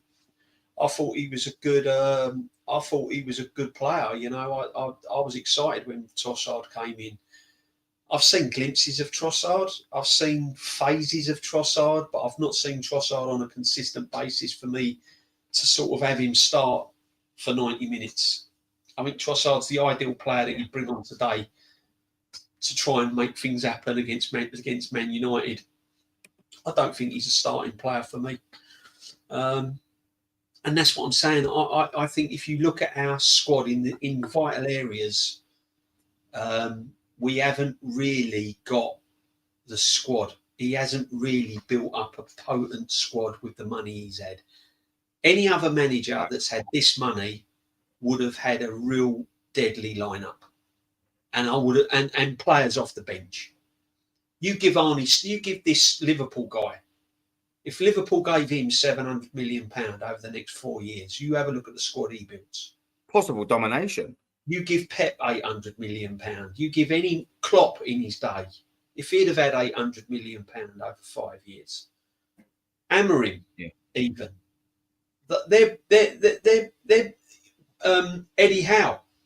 I'm not even talking like that. I'm talking like Eddie Howe and men like this. You give them £800 million. Yeah. And they've got a potent squad. And when I mean a potent squad, I mean players coming off the bench that are as good as the players that are on the pitch. You're scratching your head on a Friday night at home being the manager thinking, shit, who do I play? They're all as good as one another. I don't know really who to drop. I don't know who to put. Because they're, do you know what I mean? That's what you want, mate, isn't it? Yeah. You've always got You've always got your fringe players and your weaknesses in every squad. But even Zinchenko now, when he brings him on, he's only just started playing in midfield. I've been crying out for him to play midfield for weeks, for months. It's been here 3 years, and he's only just tried doing it now. This is how long the manager takes to learn. When he plays midfield, he's quite tidy. Yeah, because that's his position, DJB. Yeah, he finds little pockets. He doesn't give the ball away. Do you know what I mean? He makes things happen. And I'm thinking to myself, why haven't you tried him in midfield? Why have you kept him as a left back inverting? Another example of this, of how Arteta takes so long to not learn a lesson or to notice things or whatever, is the fact that 2 years ago, Saliba, his injury, absolutely screwed us towards the end of the season. Have we signed the right-sided centre-back? But why? Why? That nearly... Well, it did. It completely helped us capitulate. We needed that bloke. If he was fit, we'll never know. But he signed Ben White as a centre-back and then thought to himself, well, he ain't a centre-back, and then he played him right. I mean, look at the amount of centre-backs he's signed and plays at full-back. What you said, lucky. Yeah. He's got lucky with a lot of things, DJB. He's the luckiest manager in the Premier League. He's the luckiest manager Arsenal's probably ever had. And he I don't know any manager that gets a 5-year unsackable contract, an 800 million or 700 million, 750 million pound. I don't know any manager and even Amorim says it. He won't even get the time that this guy's had. Yeah. Mate, I don't understand that sort of evil. You think about timings of things, yeah? Because do you remember the previous contract that he signed? It was straight off the back of, was it the Liverpool where we lost the league? The Liverpool draw where we were 2-0 up, then the West Ham draw where we were 2-0 up, then the Southampton loss or something like that. It was in that crazy patch 2 years ago, and they were like, yeah, we're going to give him a new contract. And then you think his contract was expiring at the end of this season, okay? So you're like, all right, well, he signed it pretty much in the first or second month of the season. Why? Because I don't remember Barcelona and Real Madrid after him. I don't remember Atletico Madrid after him. I don't remember Man City and Liverpool absolutely pulling Arsenal's strings to try and sign him. Why did we have to panic to nail this bloke down? Because there weren't many big teams in for him. No one was, mate. There weren't whispers of PSG, but I mean, that was just whispers. Like, that's literally it. So no one was in for him. And it's reminiscent of all the signings that we're making. You know, who was in for Odegaard when we decided to give him 240 grand on his 100 grand a contract because he had one good season? No one. Mate. So, look at how Manchester City and Liverpool do their contract negotiations. Good pay rises over a consistent basis. Why did Odegaard, I think, was on 100 at the time? Why, after one good season and no interest from other clubs, did we have to give him 140 grand extra a week? Why couldn't you take him from 100 to 150? I think that's reasonable. And then I'll tell you what, you do it again next season, we'll give you another fucking 50, Martin. No problem. What about what's his name? Sorry, Martinelli was on 35. You know, he done well, and then he got on 70. And then all of a sudden now he's on 180 after. You think if you're on 70 grand and you had that season he had 2 seasons ago, then you think, I'll tell you what, you do that again, we'll give you we'll give you from 70, I think, a good little pay rise for having a really good season, 120s. There you go. Why have you got to give them 180 grand? You give someone 180 grand when they've given you 2 or 3 consistently good seasons, but we don't. Just like this manager, this is what the manager's done, mate. The manager, and then we handcuff ourselves, though, DJB. We handcuff ourselves to these players because no one wants to fucking buy them because they can't afford their wages. Here's today's stats. I'll give you some stats, guys. Go on, mate. Run down. Right. And like and sub to the chat as well, people. Yeah, get these likes up, guys. Come on. So we had total shots, 17 total in shots. 6 of those 17 were on target. we only had 3 big chances in the game, and big chances missed was 3. Right? We created. Now this is what I'm trying to say by sideways, backwards. We had 524 accurate passes, 90% accurate passes. That's because they're all small, tippy-tappy, 5 yard, sideways and backwards. Going nowhere. Man United had 204 accurate passes. Man United had 2 big chances, 10 shots, 6 on target. So they had the same amount of shots on target as what we had, right? Yeah. Our expected goals was 1.35. Man United's was 1.50. Yeah. XG, which if you want to go into XG. Expected goals XG, 1.61. Man United's was 1.65. So you tell me why we don't need a striker. Ridiculous. Absolutely ridiculous. It's madness, mate. We had 1 block. Interceptions, we had 5. Man United had 7 interceptions. Man United clearances were 34. We had 14 clearances. So we on that, and we had possession. We had 68. They had 32. So we've dominated the game. We've dominated the game with no cutting edge. And what Arteta will come out with is, I'm proud of my players. They all worked hard. We've dominated the game. Well, yeah, you've dominated the game, but, no cutting edge. I've seen people in the chat. I can't remember who it was, so apologies if you're still in the chat. Someone said that he came out and said the first half we were outstanding. It just, who has said that? Arteta. Someone in the chat said that in the first. Arteta said in this conference after it's post-match, it said that we was outstanding in the first half. No, look, I thought we looked bright after the first 10 or so minutes. Do you know what I mean? Maybe 15 if I want to add an extra 5. But I mean, like, I wouldn't say we was outstanding in our best moment. And I think the first 10 sort of 15 minutes we did look a little lively. I wouldn't say that was anywhere near outstanding, DJB. I wouldn't say it was outstanding. We weren't like carving them open and creating loads and loads of chances, and we was having blocks, shots blocked and off the line and near misses. It was possessional based. We didn't look threatened, but it weren't. Again, we're good at keeping the ball. You're going to keep the ball. You got people like Declan Rice and people like that. I mean, Rice has got, what's his rating today? 8.34 rating. Julian Timber, 8.02. Andre Anani, 7.81. So Declan Rice was our top player again. Yeah. I mean, it's just crazy. Yeah, we weren't outstanding. This is what I'm trying to say. I don't know where this manager gets off at. I'd love for him to come out and say, we're always going to dominate the ball. We're always going to have lots of possession. That's nothing new, though.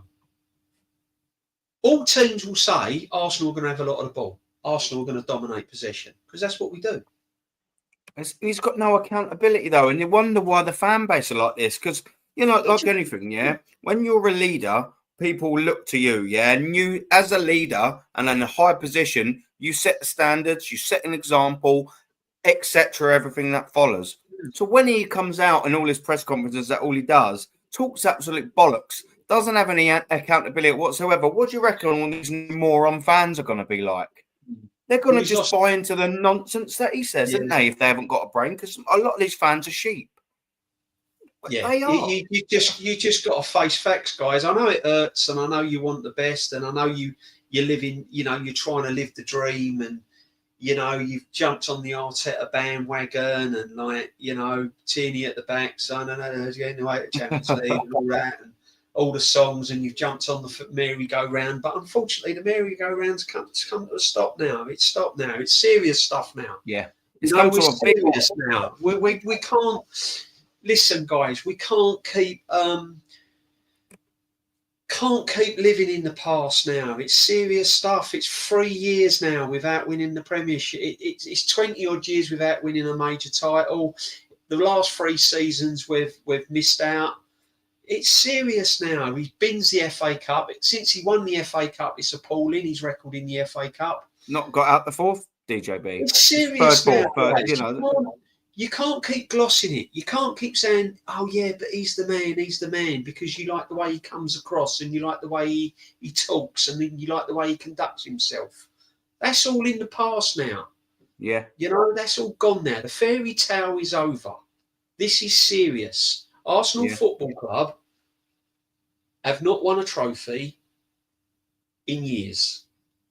And we are still a way off of it with the players that we've got. Well, it's half a decade, isn't it? And you think...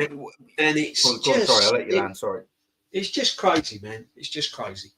Well, you think, though, like I said, it's half a decade now. You've still got to have another year. So it's going to be 6 years. So it's quite easy now when you think about it. Oh, yeah, it's been 5 years since we'll have won a trophy. But regardless, next year, we'll have to wait another year to try and win one anyway. So it's been 6 years. By default, it will take us another year to try and win something. So it's going to be 6 years, the extended run. It's not even 5 when you actually look at it like that. If he does win something next year, it will be 6 years without the trophy. That's not good enough for this Arsenal Football Club. Not because you've got to factor in everything. And I believe you've got to factor in the amount of time and patience this manager's been given, the amount of money you spent, the amount of money he's bloody wasted. It gets to that point where, like you said, it's a very important summer because, you know, there's a realistic sort of sign. And I get with Rashid, if you're still in the chat, saying, you know, we'll probably be given a year. I can sort of see that as well. And when you're saying up until Christmas, there is a very realistic reality when it gets up until Christmas where we are already at the title race. Like I believe, honestly, in my heart of hearts, we was at the title race by Christmas this year. You know, we get dumped out of the FA Cup in the 3rd or 4th round. Why? Because the last 4 or 5 years, we have been dumped out of the 3rd or 4th round. We ain't won bloody Carabao Cup since doing Sheffield Wednesday and doing the domestic double against them in 93. So realistically, you know, what we're going to win the Champions League? We're not getting past the quarterfinals again this year. So we've done all of this little journey. He's won himself a little FA Cup in the first it. It's largely been embarrassing the Carabao Cup, and then in the semi-finals got embarrassed in this time. He hadn't managed to get outside the 4th round. Yeah, no, that was disgusting against Newcastle. You know, you're finishing second. It was disgusting. And people, like I said earlier, people are telling me that they want Simeone at the Emirates, well, and in 2 legs. You can't get past Eddie Howe's Newcastle. What? And you know, he ain't the master. Simeone's the master at that type of football. If you aren't beating Newcastle, you're not even scoring a goal over 2 legs and at home against Newcastle. What are you going to do to this Atletico? I'll give you an example. Sorry, if you look at today's game, right, Aaron, if you look at today's game, we had all that possession. We huffed and puffed and didn't really create anything. So can you imagine going a goal behind against Real Madrid or Atletico Madrid? Or 2 goals behind? And we've got to now go to the Bernabeu or something like that and score 2 goals. We've struggled against Man United twice. One at home in the FA Cup and today to score a goal. Yeah? And it took a brilliant goal from Declan Rice to even. Other than that, we didn't look like scoring. Yeah. Not at all. We didn't look like scoring. So can you imagine? This is what I'm saying. Going up against Real Madrid and teams like that and being a goal down or that, and you've got to go and score 2 goals in the second leg. We can't even do it against Man United. We can't do it against Nottingham Forest. We can't do it against West Ham. And we couldn't do it against Newcastle. So what realistic chance have we got? People have said to me, yeah, but we're built for the Champions League this year. And I can understand where they're coming from on that, because if you look at it, the way we the way we keep possession and the way we try and keep the ball and the way we kind of play this sort of slow build up and all of that, it is a bit sort of Champions League, and it does frustrate teams in the Champions League. And I understand that. And I'm not saying our Champions League campaign's been a disaster, because I thought the group stage, I thought the league stage, we done okay. We done the job. We done the job. Yeah. And I thought, you know, our Champions League campaign has probably been more successful than our Premiership. But we ain't going to win it. We ain't going to win it. We ain't going to win it. It ends in Madrid, whether it's red and white stripes or just white. Yeah. Like, it ends in Madrid regardless. Yeah. You know, we're lucky, actually. Can I just finish it? We're lucky if it doesn't end at the Emirates, because that's what legs first. Yeah. You know, we got the home leg first. We're going to be lucky if our Champions League don't end at the bloody Emirates, let alone going in Madrid and whoever Madrid it will be. See, I honestly thought, Aaron, that our best chance of winning the Champions League was last season. Yeah. I thought Bayern Munich were there for the taking. Yeah, absolutely. You know, it weren't a brilliant Bayern Munich team. They was on. I think that they'd gone into that game on a bad run. Domestically, they were horrendous. They were deflated by the Leverkusen progression. And I thought our biggest chance of making the Champions League final was last season. And look at the debacle we had there. Look at the crap he produced in that. Yeah. You know, really bad performances, home and away. You know? And the problem is, you look at the players and it's all, they're trying to now make it look as if they've really, really tried hard. And as I said to you before earlier on in the stream, I don't 100% blame the players. I don't put all this on the players. I really don't. Yeah, big up. I was just going to say, big up Oregon, man. Rodrigo against Calafiori. He was trying to rugby tackle Garnacho today. Fuck knows how he's going to turn out against Rodrigo. Do you know what I mean? Calafiori, and you'll probably agree with me this, I reckon, DJB. He reminds me of Andre Santos. Calafiori defending. Got beat when it comes to one-on-one and all of that. It was just an absolute shambles, wasn't it? I'm not saying how he plays centre half. You know, he might be a better centre half than he is, but he's not a fullback. You'd like to vote, wouldn't you? Do you know what I mean? Yeah, you would, wouldn't you? I'd still probably put him in as a replacement for Gabriel and Saliba ahead of Kivior, which is another signing, isn't it? Kivior, look at that one. We forgot about him, didn't we? Tommy he's forgettable, right? We paid good bucks for him and all. Do you know that? We paid about, I think it was 22 mil or something like that for Kivior. He weren't cheap. He weren't cheap. Yeah. You know, the Polish Maldini, he wasn't cheap. But I don't know, mate. It's just one examples, mate. There's examples all over, mate. It's just been so poor. And do you know what as well? Just quickly, because Darren's put this, we're not an academy for apprentice managers, which is why I always call us the University of Arsenal, because they hire freshers. Do you know what one of the better things about in it? They do, didn't they, though, mate? Do you know what one of the better things about us hiring Berta, and it's not even just having Berta, it's the fact that they've not give it to bloody Mertesacker. Because I thought I could see that coming from a mile off. Or maybe a Rosicky, who's another unproven one. I know he's done a couple of little bits, but you know what I'm saying, don't you? Glad they didn't. The good thing that they've hired Berta is just also equally the fact that they haven't gone Mertz. Because like you said earlier, and it's a point we all know, it's just like matey, innit? You know, like with Edu, it's just little schoolmates, you know, wheeler dealers trying to do their thing. And that's what Arsenal's become, and like what Darren's saying, we're an apprentice for all of these things. I don't want the up-and-coming geezer. I mean, unless he's a Jose Mourinho. And after 5 years, I'll tell you, we definitely know that you ain't a Jose Mourinho. You're not a Pep Guardiola when he was coming through in his management against Guardiola. Why do we know that? Because you ain't won anything over 5 years. It's not rocket science, is it? Do you know what I mean? No. If you followed that FA Cup win in your first season and you spent quite a few quid on the sum of that season and then nicked another FA Cup or a Carabao Cup, and then the next year you won that league against Manchester City, and then this year or last year season, which that would have been, let's say even you finished empty-handed, no one would really probably be calling for your head this season. Maybe you'd still get some, or you wouldn't get the pressure because you're going, well, the geezer's won us a league title, he's won us an FA Cup, he's won us this, he can get over the line. His signing's okay. There'd probably be less pressure on him. Yes, there always got to be pressure and accountability. I totally get that. But at the same such, you've gone from that FA Cup win, which is the first end of your tenure, and then 4 full seasons after, and this one, you've not done anything. Like, you haven't won anything. You haven't got us to a final. You've got us to a couple of semi-finals. One of them, you got humiliated by your old boss, Villarreal, and then they won that. That was their first ever trophy in their history, by the way. That's madness. You lost to your old manager to a club that hadn't even won a trophy in their fucking history. That goes to show how mad that is. And you had Liverpool. Pressurised game, wasn't it? It was another pressurised game. And this is what I'm trying to say. Some managers just can't produce at big moments, and we've got but he's got the charity shields now.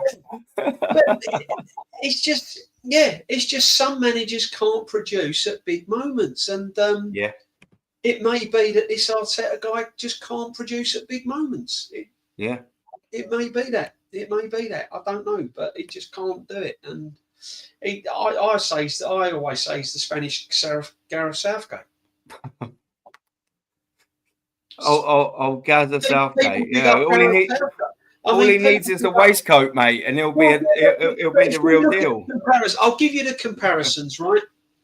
Gareth Southgate brought England back, got the fans going to Wembley, got everyone interested in their national team. Brilliant with the press, brilliant with the young players. Said the right things, got the fans behind him, got everyone believing.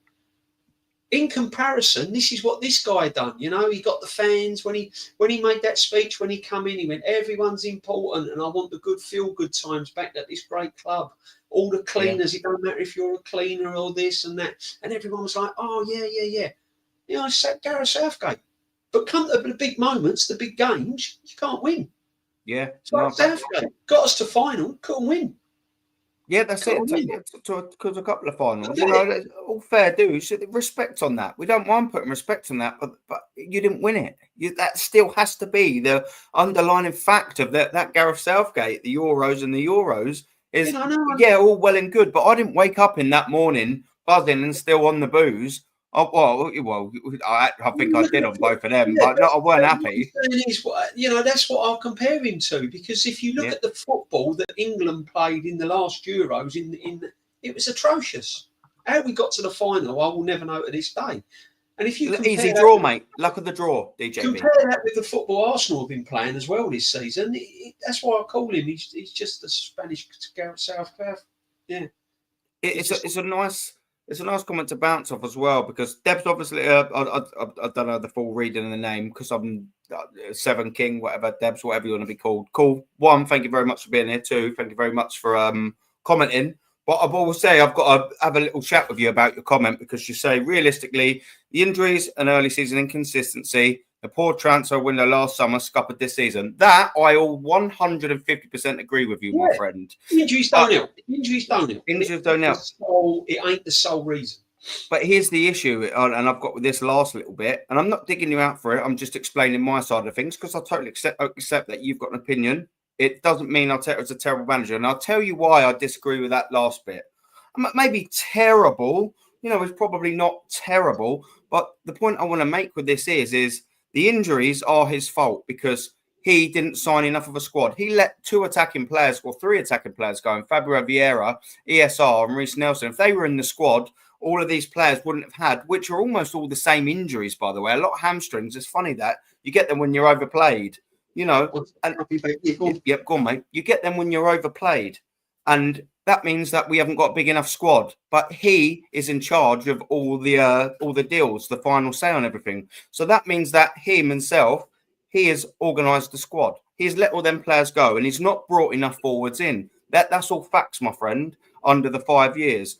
So the injuries are his fault. Sometimes they're not always his fault when you go in a bad challenge and whatever, but we haven't had a lot of big injuries via horrendous challenges. They've just been getting very injured because of overplaying. The muscles are overworked. The hamstrings. Look at Saka. Did we have to bring him on 3-0 up to Preston?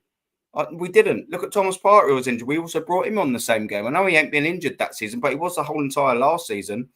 He doesn't manage the squad very well. So I think the injuries, a lot of them, not all of them, because you can't account for rush challenges and things like that. It is what it is. It's part of the game. A lot of the injuries are his fault. Look at the strike force that we've got, or lack of strike force.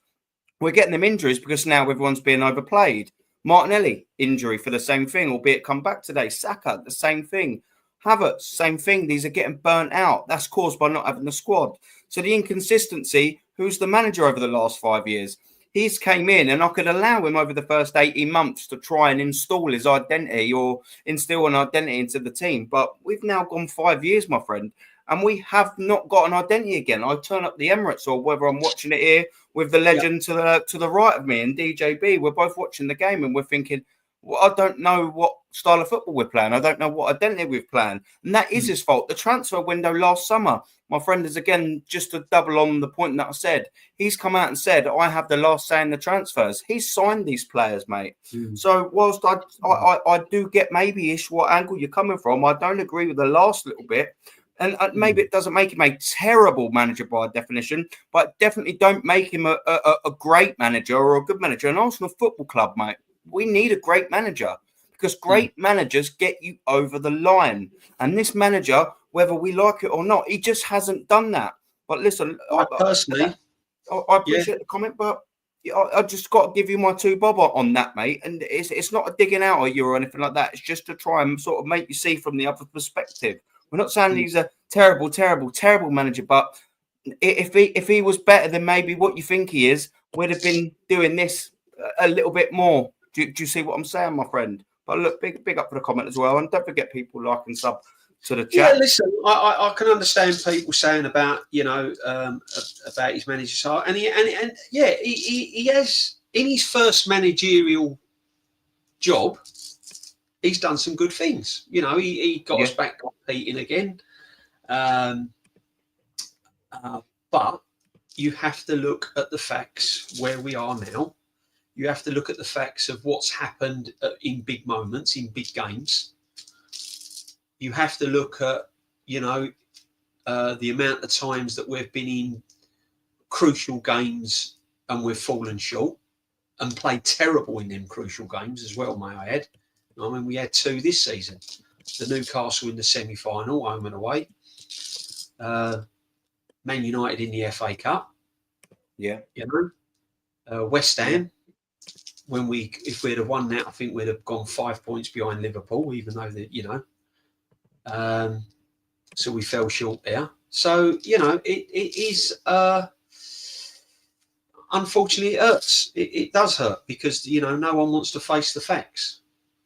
You have to, I think this one's for you. Yeah, sits near. You have to look at it. You have to look at the field of play, and you have to look at what's going on and how we can change it. Change it. Because see, what you got to realise, right, is if this goes on much longer, and we go another season without winning a trophy, we are then going to start to lose big players. We're going to start to lose a lot of players. It could get to the point where you could start to lose Rice. You could start to lose Odegaard. You could start to lose Saliba. And then the next manager, the fallout to that is when the next manager comes in, it's all got to start from ground zero again.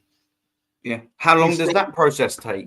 Exactly. So then you're talking of about another 2 or 3, 4 years. Because if it carries on, it's going to then have a knock-on effect of about another 3 seasons. Yeah. The next manager that will come in, if it carries on, is not going to come in like the Liverpool manager took over from Klopp. The manager came in from Klopp. Slot that came in from Klopp, everything was there. The foundations, the club was there. Youth players coming through like your Harvey Elliott's and people like that. You had quality players still at the club. All Slot's had to do is just tweak his style of play. He's had to kind of, change little bits how they play, and that's it. But if it carries on under this same manager and we constantly go and fall short, then it's going to then have a knock-on effect of another 3, 4 years. Yeah. And if you add that on top of where we are now, without a trophy, it's going to be it'll be crazy. Absolutely crazy. So big decisions have got to be made. Big decisions have got to be made. Yeah. Otherwise, it's somewhere. It has to ban DJB. because this will be the last sort of thing that I'll tie on, because we've been going for nearly 2 hours, so we'll get into this last little bit. I know you sort of briefly touched into it earlier.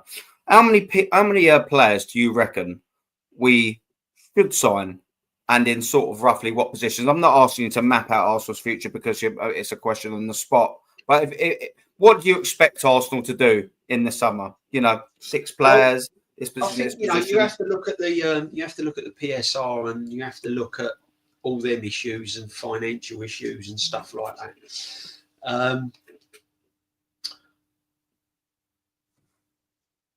I think we need 5 players, because there's positions that we need proper covering. So, for instance, if Saliba and Gabriel stay, which I hope they do, if one of them gets injured, we need a proper backup for one of them. Yeah. I think Wanyeri, with the right path he's leading and the right coaching, I think he's adequate to step in for Saka in certain games, like the Carabao Cup rounds, FA Cup rounds, certain league games, if you like. He can play a role. So I don't think there's an urgency now. What I've seen of Wanyeri, I don't think there's an urgency to get back up for Saka. We need a left-handed side midfield player, because I think Martinelli will go. Or if he doesn't go, I still think we need a left-sided midfield player.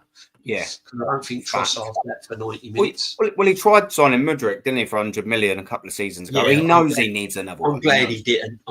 Yeah. I mean, when you think that they were chasing, they were going to offer 90 million for Mudryk. I mean, come on. That tells you all you need to know about him. Turned out toilet, isn't he? Yeah, absolutely, right. So we need a left-hand side. We need a left-back. Completely need a left-back. We wouldn't have done if we'd have kept Tierney, but we need a left-back. And I still think we need an attacking central midfield player. Someone like Rodgers, something like that from Aston Villa. Yeah. Verts, maybe. When you're going to sort of like the foreign market. Yeah, we need a real good attacking central midfield player, someone that can sort of, keep Rice perhaps just sort of doing his sitting role, and just someone to get the ball and bomb on down the middle and open things up and make things happen. Perhaps link up with Odegaard coming in from the right, or I don't think we need that central midfield player, and obviously a striker. So we need 4 players. I think we need left back, left winger, striker, a banging, tacking midfield player that's going to chip in with goals as well, like a Lampard or something like that. Like a Gerrard type. Ramsey was even good at that for us, wasn't he? Aaron Ramsey. We haven't had that. We haven't really had that kind of player since then, really, and I think we lack that. Massively. And I would like to see a really good centre half come in, someone like with a bit of quality. Do you know who I'd like to go? Do you know who I'd like to see? That Wharton from Crystal Palace. I've been hearing a lot about him this season. I'm not going to lie on Cam. I haven't seen loads of him to agree with you with knowledge. He would be a good signing. He's not a bad player. But yeah, I mean, I'm only looking at different players. As I said, you need players that's going to hit the ground running. People that know the Premiership.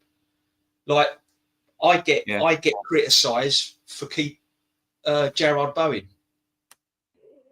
I'd take Bowen at a drop of a hat. 100%, mate. You're telling me Bowen wouldn't have made a difference for us? I'm telling you, if we had Bowen in the team today, he'd score.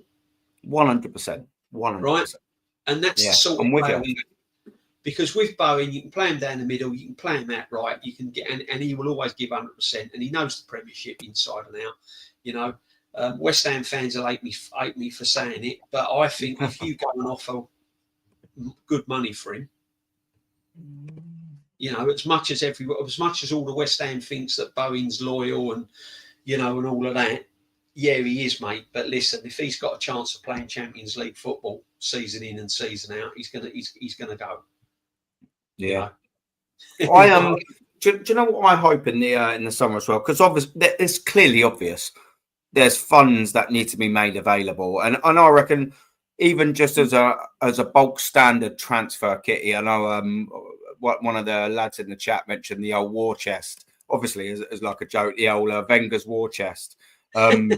It's quality, isn't it? Yeah, that old war chest. Oh, it's this comment I've got up, silly sod. Yeah. Big up Shane as well, mate. I hope we get about 200 million just as a standard. It's got to be there or thereabouts to have a play around with. It's got to be in and around them. And do you know what I hope as well? That we're also able to add that to the funds of the players that we sell to generate. Now, I'm hoping, and I think you touched on this a lot earlier, mate. I'm hoping that 200 million, it's a figure I pulled out the air. Nothing, legit. I'm not saying concrete facts. I'm just saying roughly around what we probably need-ish to spend. I hope that don't include a sale of a Martinelli or a Trossard. I'm hoping, with this with Berta coming in and with this manager in this summer, and the club will now know, look, we kind of need to do something now, or this team will that it's going to crumble. Players are going to leave. Like, it's as simple as that. And it's now or never this summer, and absolutely now or never.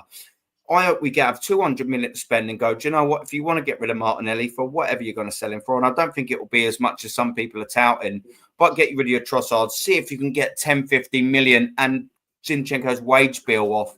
I don't think we'll be able to sell Mikel Merino straight away now, even though I would at heartbeat. But get rid of the Kiviors. I think you're only going to get 10, 15s for them, if I'm being honest with you. But you see what I mean? Just getting rid. Yeah. We're back here again, getting rid of the Deadwood, etc., etc. But if we can get 100 million in sales, do you know what I mean? Like, I'll be happy with that. And even if they give us, let's just say 150, we need more than that. But if we could have around that, with sales, 250 around there to spend. Revenue, Yeah, I think that's more than an adequate thing. But obviously the point that we've made, and one of the things I said earlier, it has to be spent right. And if we still didn't have a sporting director, and especially one without the pedigree of Berta, I'd be worried if we give Arteta 250 million pound again, because that could financially cripple us for years to come if we give Arteta 250 million and only one of them transfers came right, because you think all the wages like that would have been given. Do you know what I mean? This is why I was over the moon that this Berta and this sporting director's got over the line, because whatever money we generate in the summer, either through people leaving the club, because he's going to have to leave the club, so you're going to have Zinchenko go off the wage bill. Jesus probably, Saudi. I mean, Saudi is a get-out clause, guys, isn't it? Because if you've got a player that's sitting now unable to go anywhere, so you've always got then the Saudis to come in and go, well, yeah, you will take him for 20 million or 10 million. So you've got a guaranteed get-out clause there. So with the players going out, this is why I was over the moon that Bert are coming in, because whatever money we've got, it's going to be spent in the right way. And that the players that are coming in, hopefully, will be right for this football club. Because if it isn't, we're back to square one again. And it's another major rebuild. And we just haven't got the time now. Time has now run out. Unfortunately, because we haven't done the right thing this season, time is now completely run out.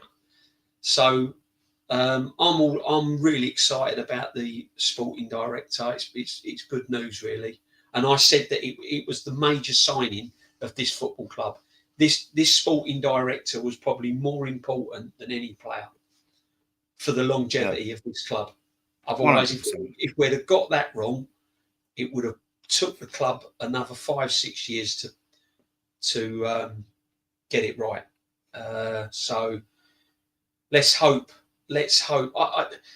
I'm really deflated, guys. I mean, that result today was just a nail in the coffin for me. I can't wait for the season to be over now. I mean, I'm sitting here in middle of March and I can't wait for the season to be over. Yeah, I know. It's ridiculous, guys. Yeah. No, it's a frustrating one. But look, we've gone over 2 hours. I didn't know how long we was going to do this one for, but listen, it's quality, mate. Every minute of it. I like it. All the listeners are joining in, and they've kept us updated on what's gone on in. Yeah. News. Yeah, no, it's quality, guys. Big up, guys. Big up. Look, I've loved it. It's something to just let everyone know that me and DJB are going to try and do as regular as we can. But both of us have got season tickets. So, you know, we will be unable to do sort of the final countdown ones. And that's what we've sort of said. You know, we've been in contact and saying, you know, we'll try and get into the last little bit of the games to do a watch along, because doing a watch along and then straight live, it's 3-4 hours work. It's a lot of time. But saying that, we've been going for 2 hours, but you add another 2.5 hours onto that. It's a bloody long time. But yeah, we've been having a little chat. We're going to try and make it sort of regular. It'll probably most likely be more away games, I'd have thought, this sort of style setup, because, you know, of course, we both go to games. I know DJB goes to a lot of away games, but I mean, I can do like I can get on a fan reaction after the game and stuff if I do go. There won't be many away games probably this season now, to be honest. I'll probably let the boys go in it. Yeah, no, it's been good, Aaron. I mean, it's really good, guys. So you've got to smash the likes up and sub to Aaron's channel, and we'll do more of this, because what we want to do for Aaron is build up a community. Everyone, see, I don't know about you, Aaron, but I respect everyone's opinion. You know, as long as it's clean, as long as it's good, as long as it's respectful, because everyone's got different opinions. Yeah, everyone's got different opinions. And, you know, that's what it's all about. Everyone's welcome.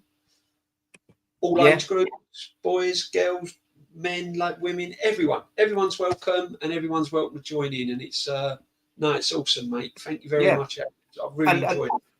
Look, listen, look, that, and you've stolen the words out of my mouth. I've very much enjoyed it. I had a bit of a rocky start, because I don't know if anyone was here from the start, but for some reason, my cam weren't coming up on there, so I was trying to sort my laptop out. It's sort of overrun, so it wasn't the usual sort of. Yeah, glitchy must have been. We did. We had the mutants got us, mate, didn't they? They well and truly got us. So they're trying to. The mutants are trying to. They're trying to knock us.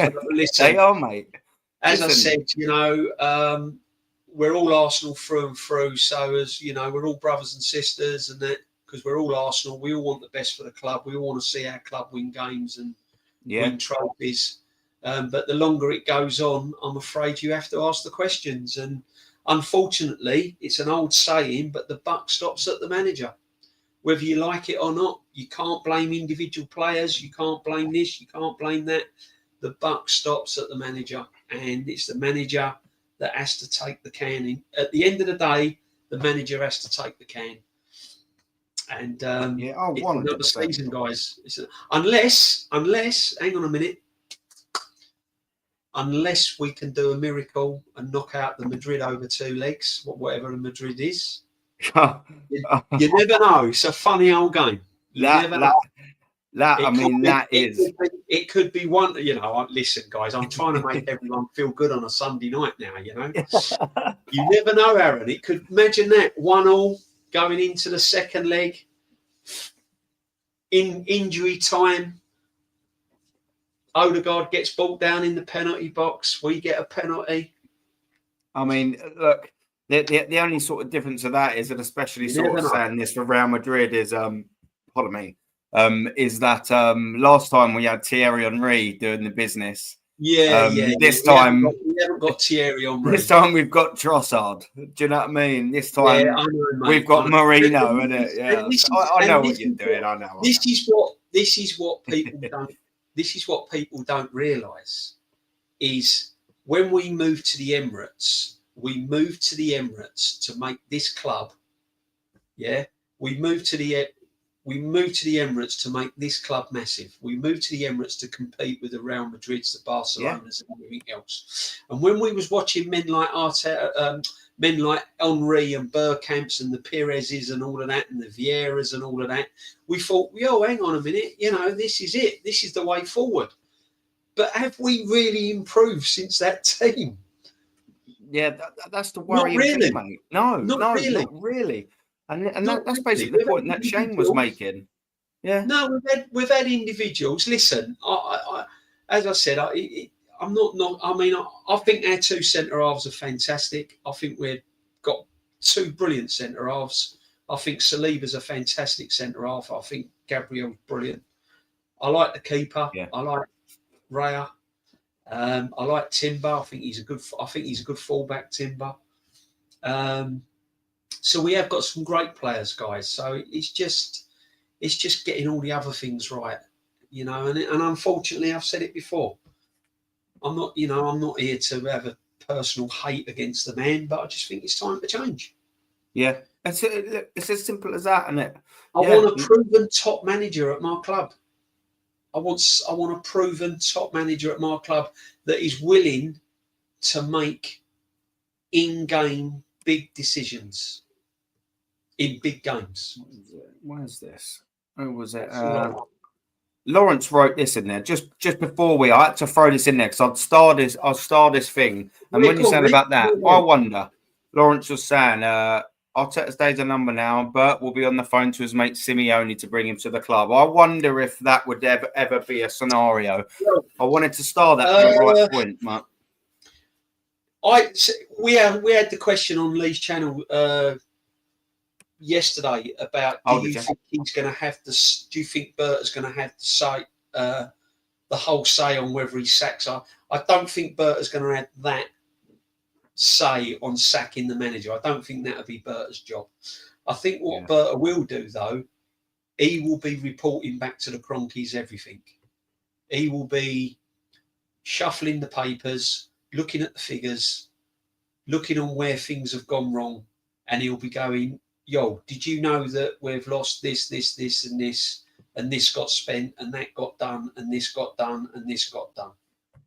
So he will be bringing to light, if you like, the actual nitty-gritty of what's going on.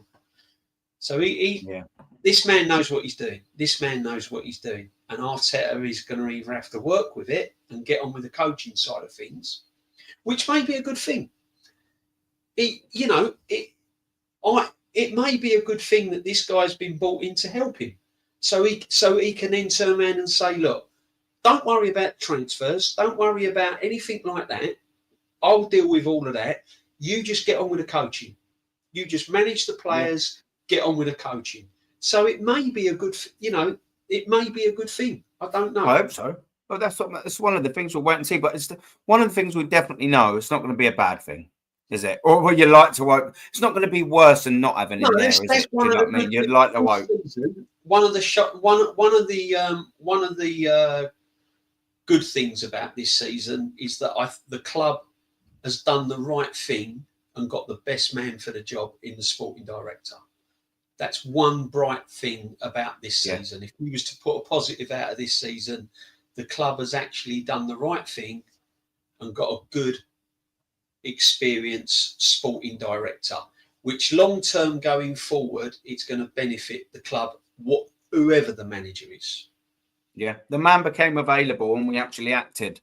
Like that's what's more surprising, isn't it? We didn't go around the houses. We didn't negotiate deals. We didn't negotiate wages. We just got in. Right, this man's available. Bang, we'll go in and get him, and we've done it. Right, and so do you know what? We've been positive in that aspect.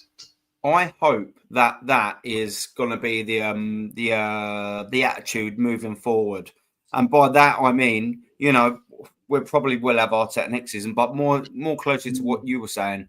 If we then get to a point where, let's just say in October, we're 6 points behind whoever the league leader may be, you'd probably assume Liverpool or Manchester City, because they'll have a resurgence.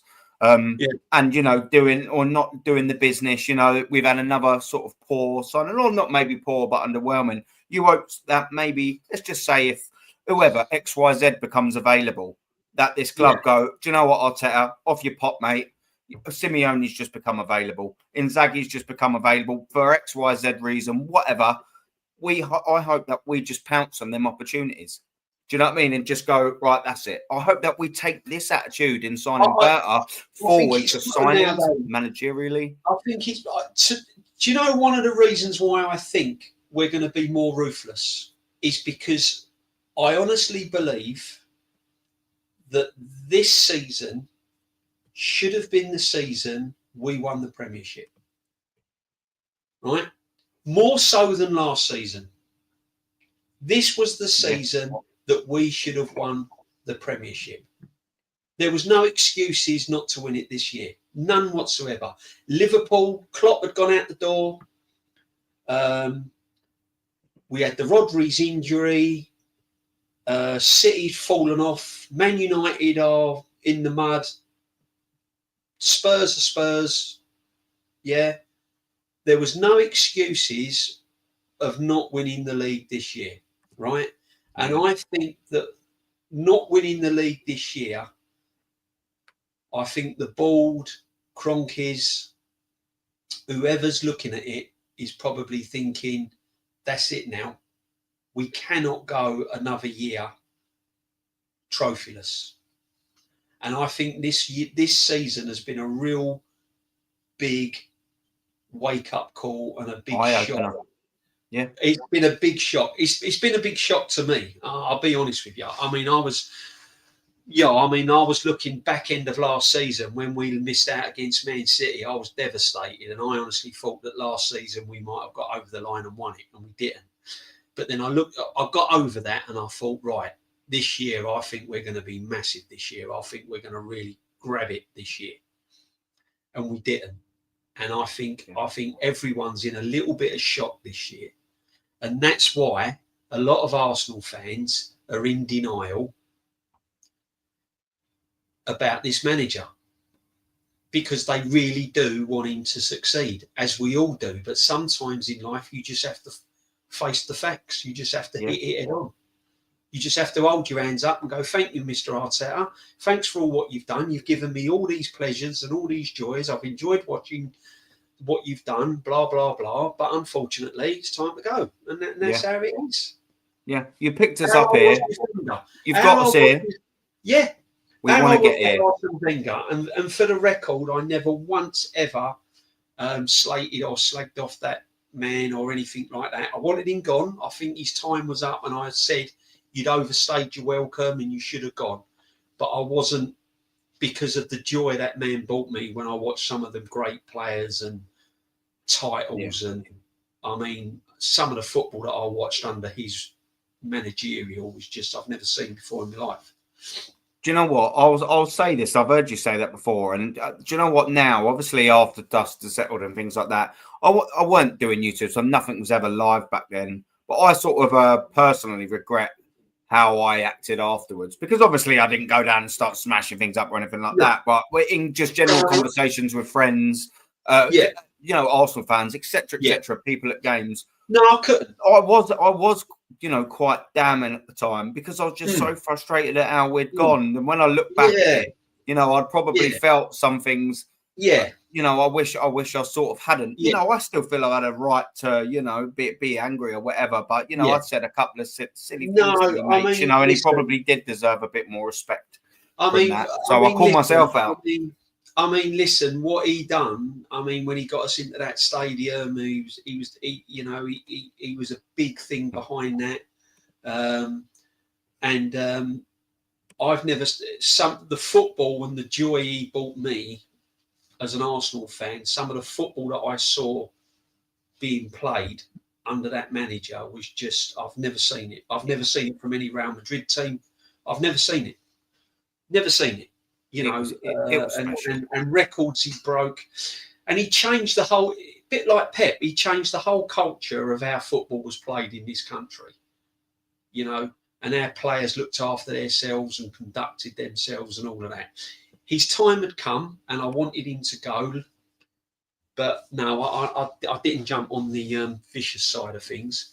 It's the same with this bloke, you know, he's had his time, mate. He's had his time. Yeah. Oh, 100%. Well, yeah, we will wrap it up there, and with this funny thing. You not's funny, man. Yeah, Thierry Marino. Thierry Marino. Thierry Marino. Thierry Marino. You got to laugh at you. Thierry Marino. Oh, mate. I'll tell you what. See, that's another thing. It hasn't worked, has it, with him? He's not a striker, is he? No, he's not even a makeshift striker. I don't even know if he's a footballer. But this is what I'm trying to say, Aaron. But Aaron, this is what listeners, this is what I've been trying to say. He's tried it. He's given it a go. When is he going to realise that this Mourinho bloke is not going to be our makeshift centre forward? So try something different. put Martinelli up front. He's got him now. This will be interesting. Try the young kid off the bench. See what he can do. Why not even have tried even Waneri up front by now? Why not even just do that? Just to try. Just to do something. But what I'm trying to say, he was when he was 5-1 up against PSV and the tie was done, why didn't he bring the young kid off the bench then and try him? Yeah. This is you can't get a better example than that. That's that. Your point is there. There you go. Finish. There's no arguing that. That is absolute smoking gun point. Another thing he done today. He leaves Mourinho on the field of play. He takes Waneri off, leaves Mourinho on, takes Waneri off, and brings Martinelli on. Make it make sense. It don't. We're chasing a goal, and he brings on Tierney. No disrespects to Tierney. When he's got Zinchenko and when he's got Zinchenko, he can put in as an extra midfield comes attacker. He could put both of them on if he wanted to. And create some overlap with Zinchenko in the midfield. He could have brought Zinchenko on for Mourinho and Martinelli on for Waneri or something. He could have done. Yeah. But he's not. He's bringing on defenders and he's taking one of our creative players off. This is what I'm trying to say. He's not. It's just things he does. He just doesn't. Baffling, mate. He's been out of his depth, really. He's winged a lot of it. He has winged a lot of this. Do you know what I mean? A hell of a lot. 100%. It's an undeniable fact. He's had his chance, mate. He's had his chance, Aaron.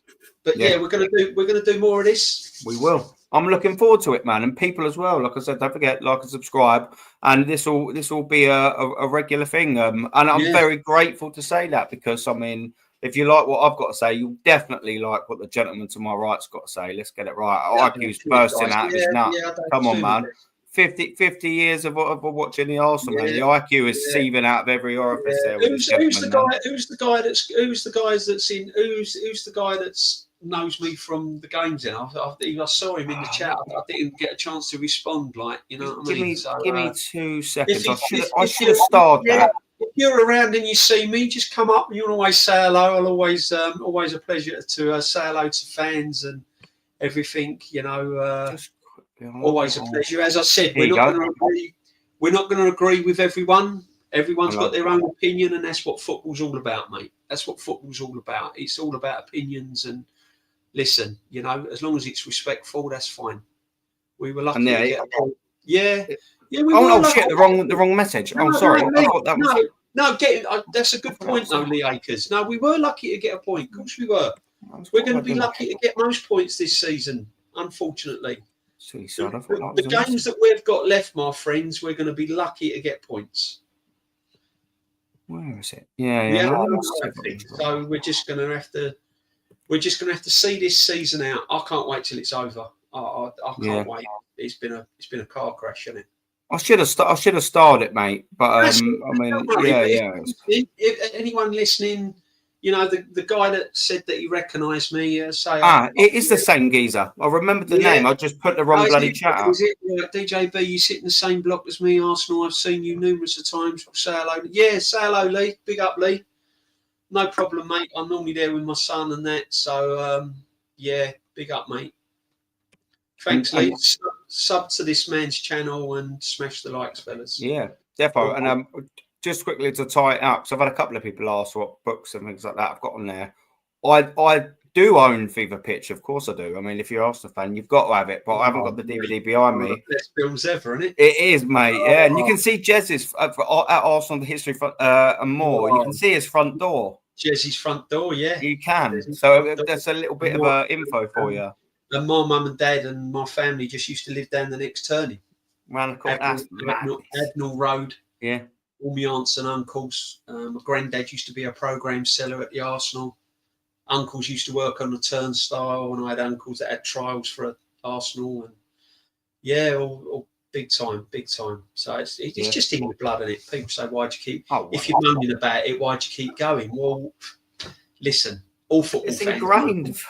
50 years. You can't just throw that away like Look that. Come on, you know what I mean? I'll tell you what, right? My answer to that when people accuse us of being negative and moaning, right, is go and listen to the Man City fans this season.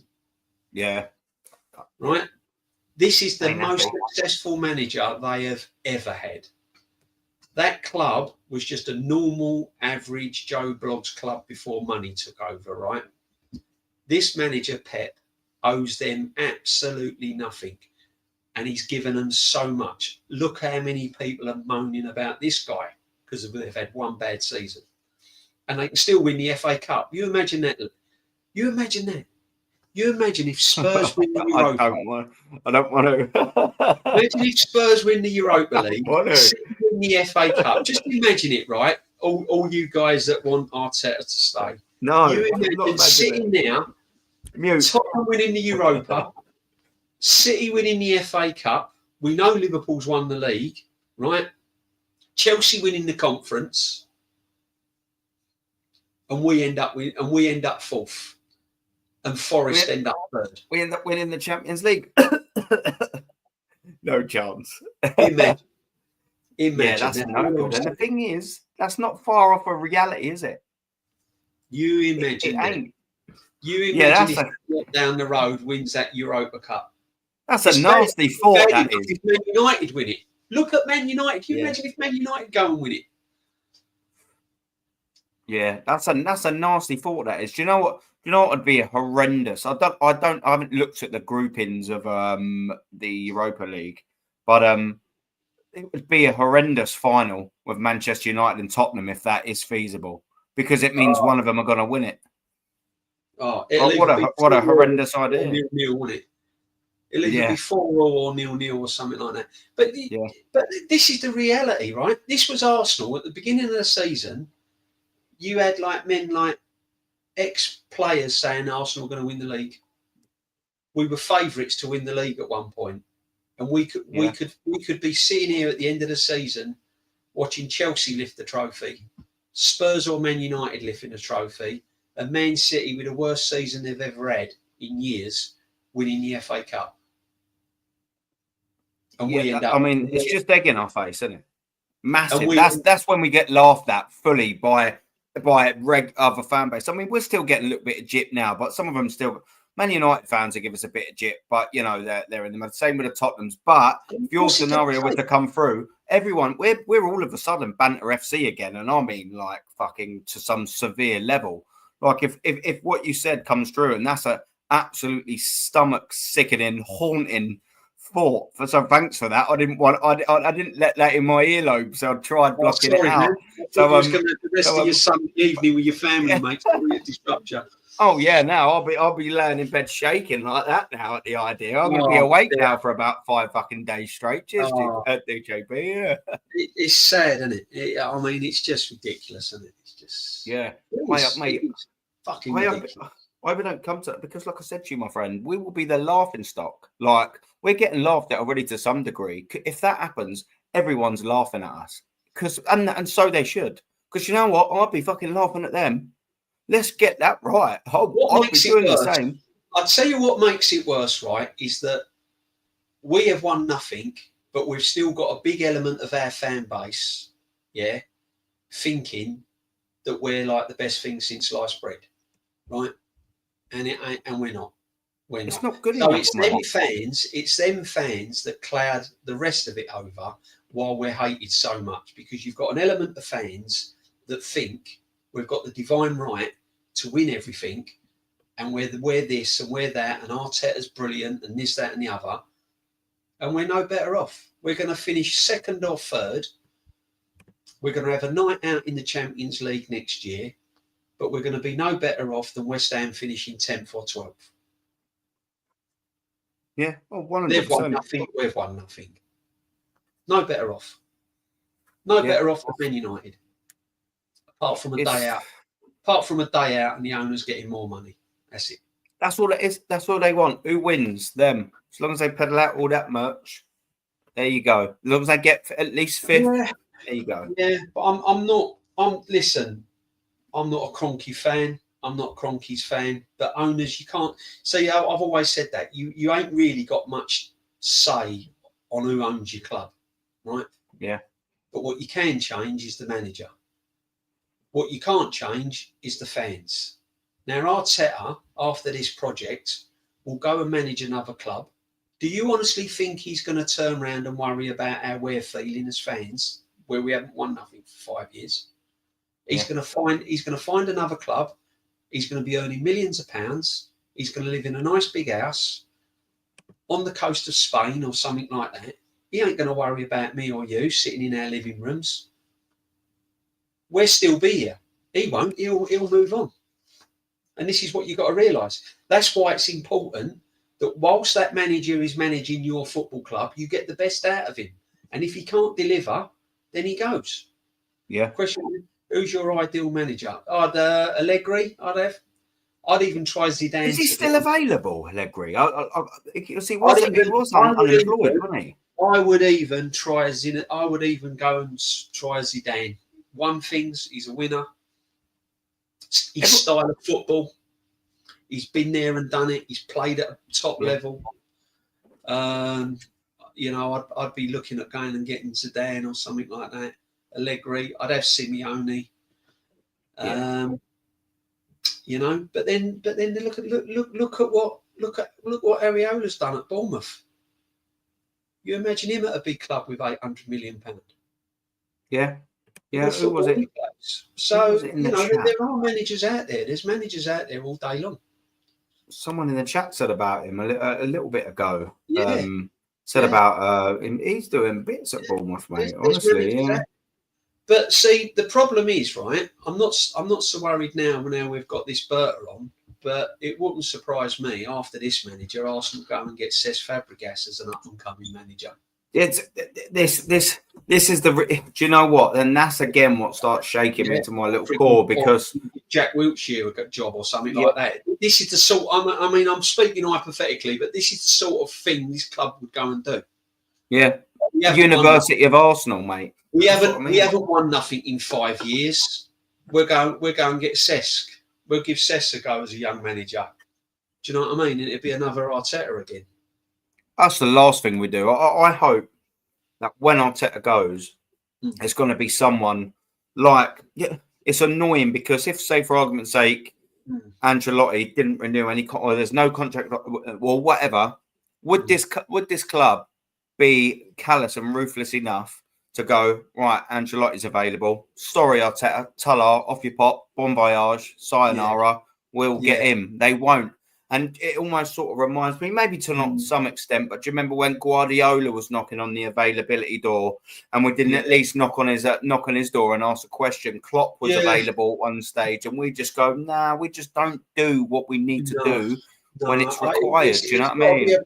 It's got to be a proven manager that's been around, that's won stuff. Not Jose Mourinho or anyone like that. I mean, I would go for someone like Zidane. I think someone fresh, youngish, style of play, bit of an attitude, been there and done it.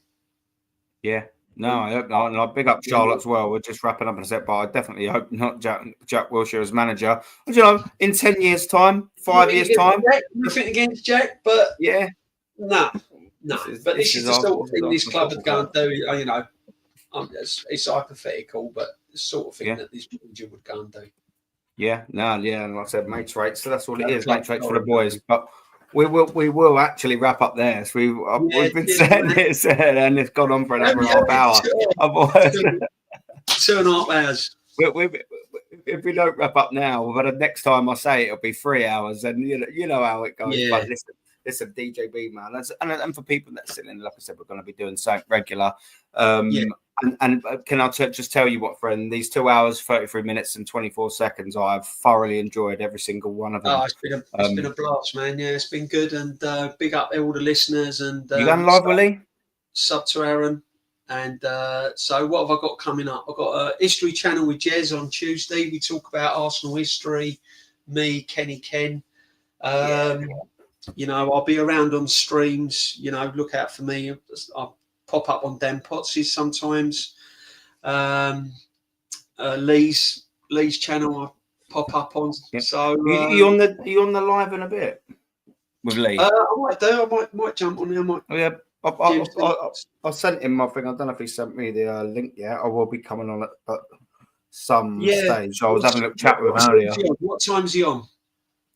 Let me have a little quick little goosey. Because I mean, I've just seen now. He's set it up. You know what Lee's like. He's set it up for 8:40 or whatever it is. But I mean, that's half hour, an hour away time. Yeah, most likely. I mean, I was set it up for 8:30. I'll be surprised if it starts before 9 o'clock. I mean, we're at 8:45 now. But I mean, he's probably waiting for a couple of people. Normally you only do that. Yeah. I mean, I know Northside's live, so I know. Do you know what I mean? Big up, my friend. Yeah. And just you just quickly going to us. That went well. Big up to you, my friend. Sam, I think I will be. Yes. Charlotte, yes, he does need to set up one. That will be somewhere in the pipeline. I can promise you that. That's start YouTube. Yeah, I'm going to try Charlotte. Yeah, I'm going to something that I might be looking at in the future. But yeah, cheers, yeah, we're trying to. But yeah, boys, some of the lads have come a little bit late. We are going to wrap up.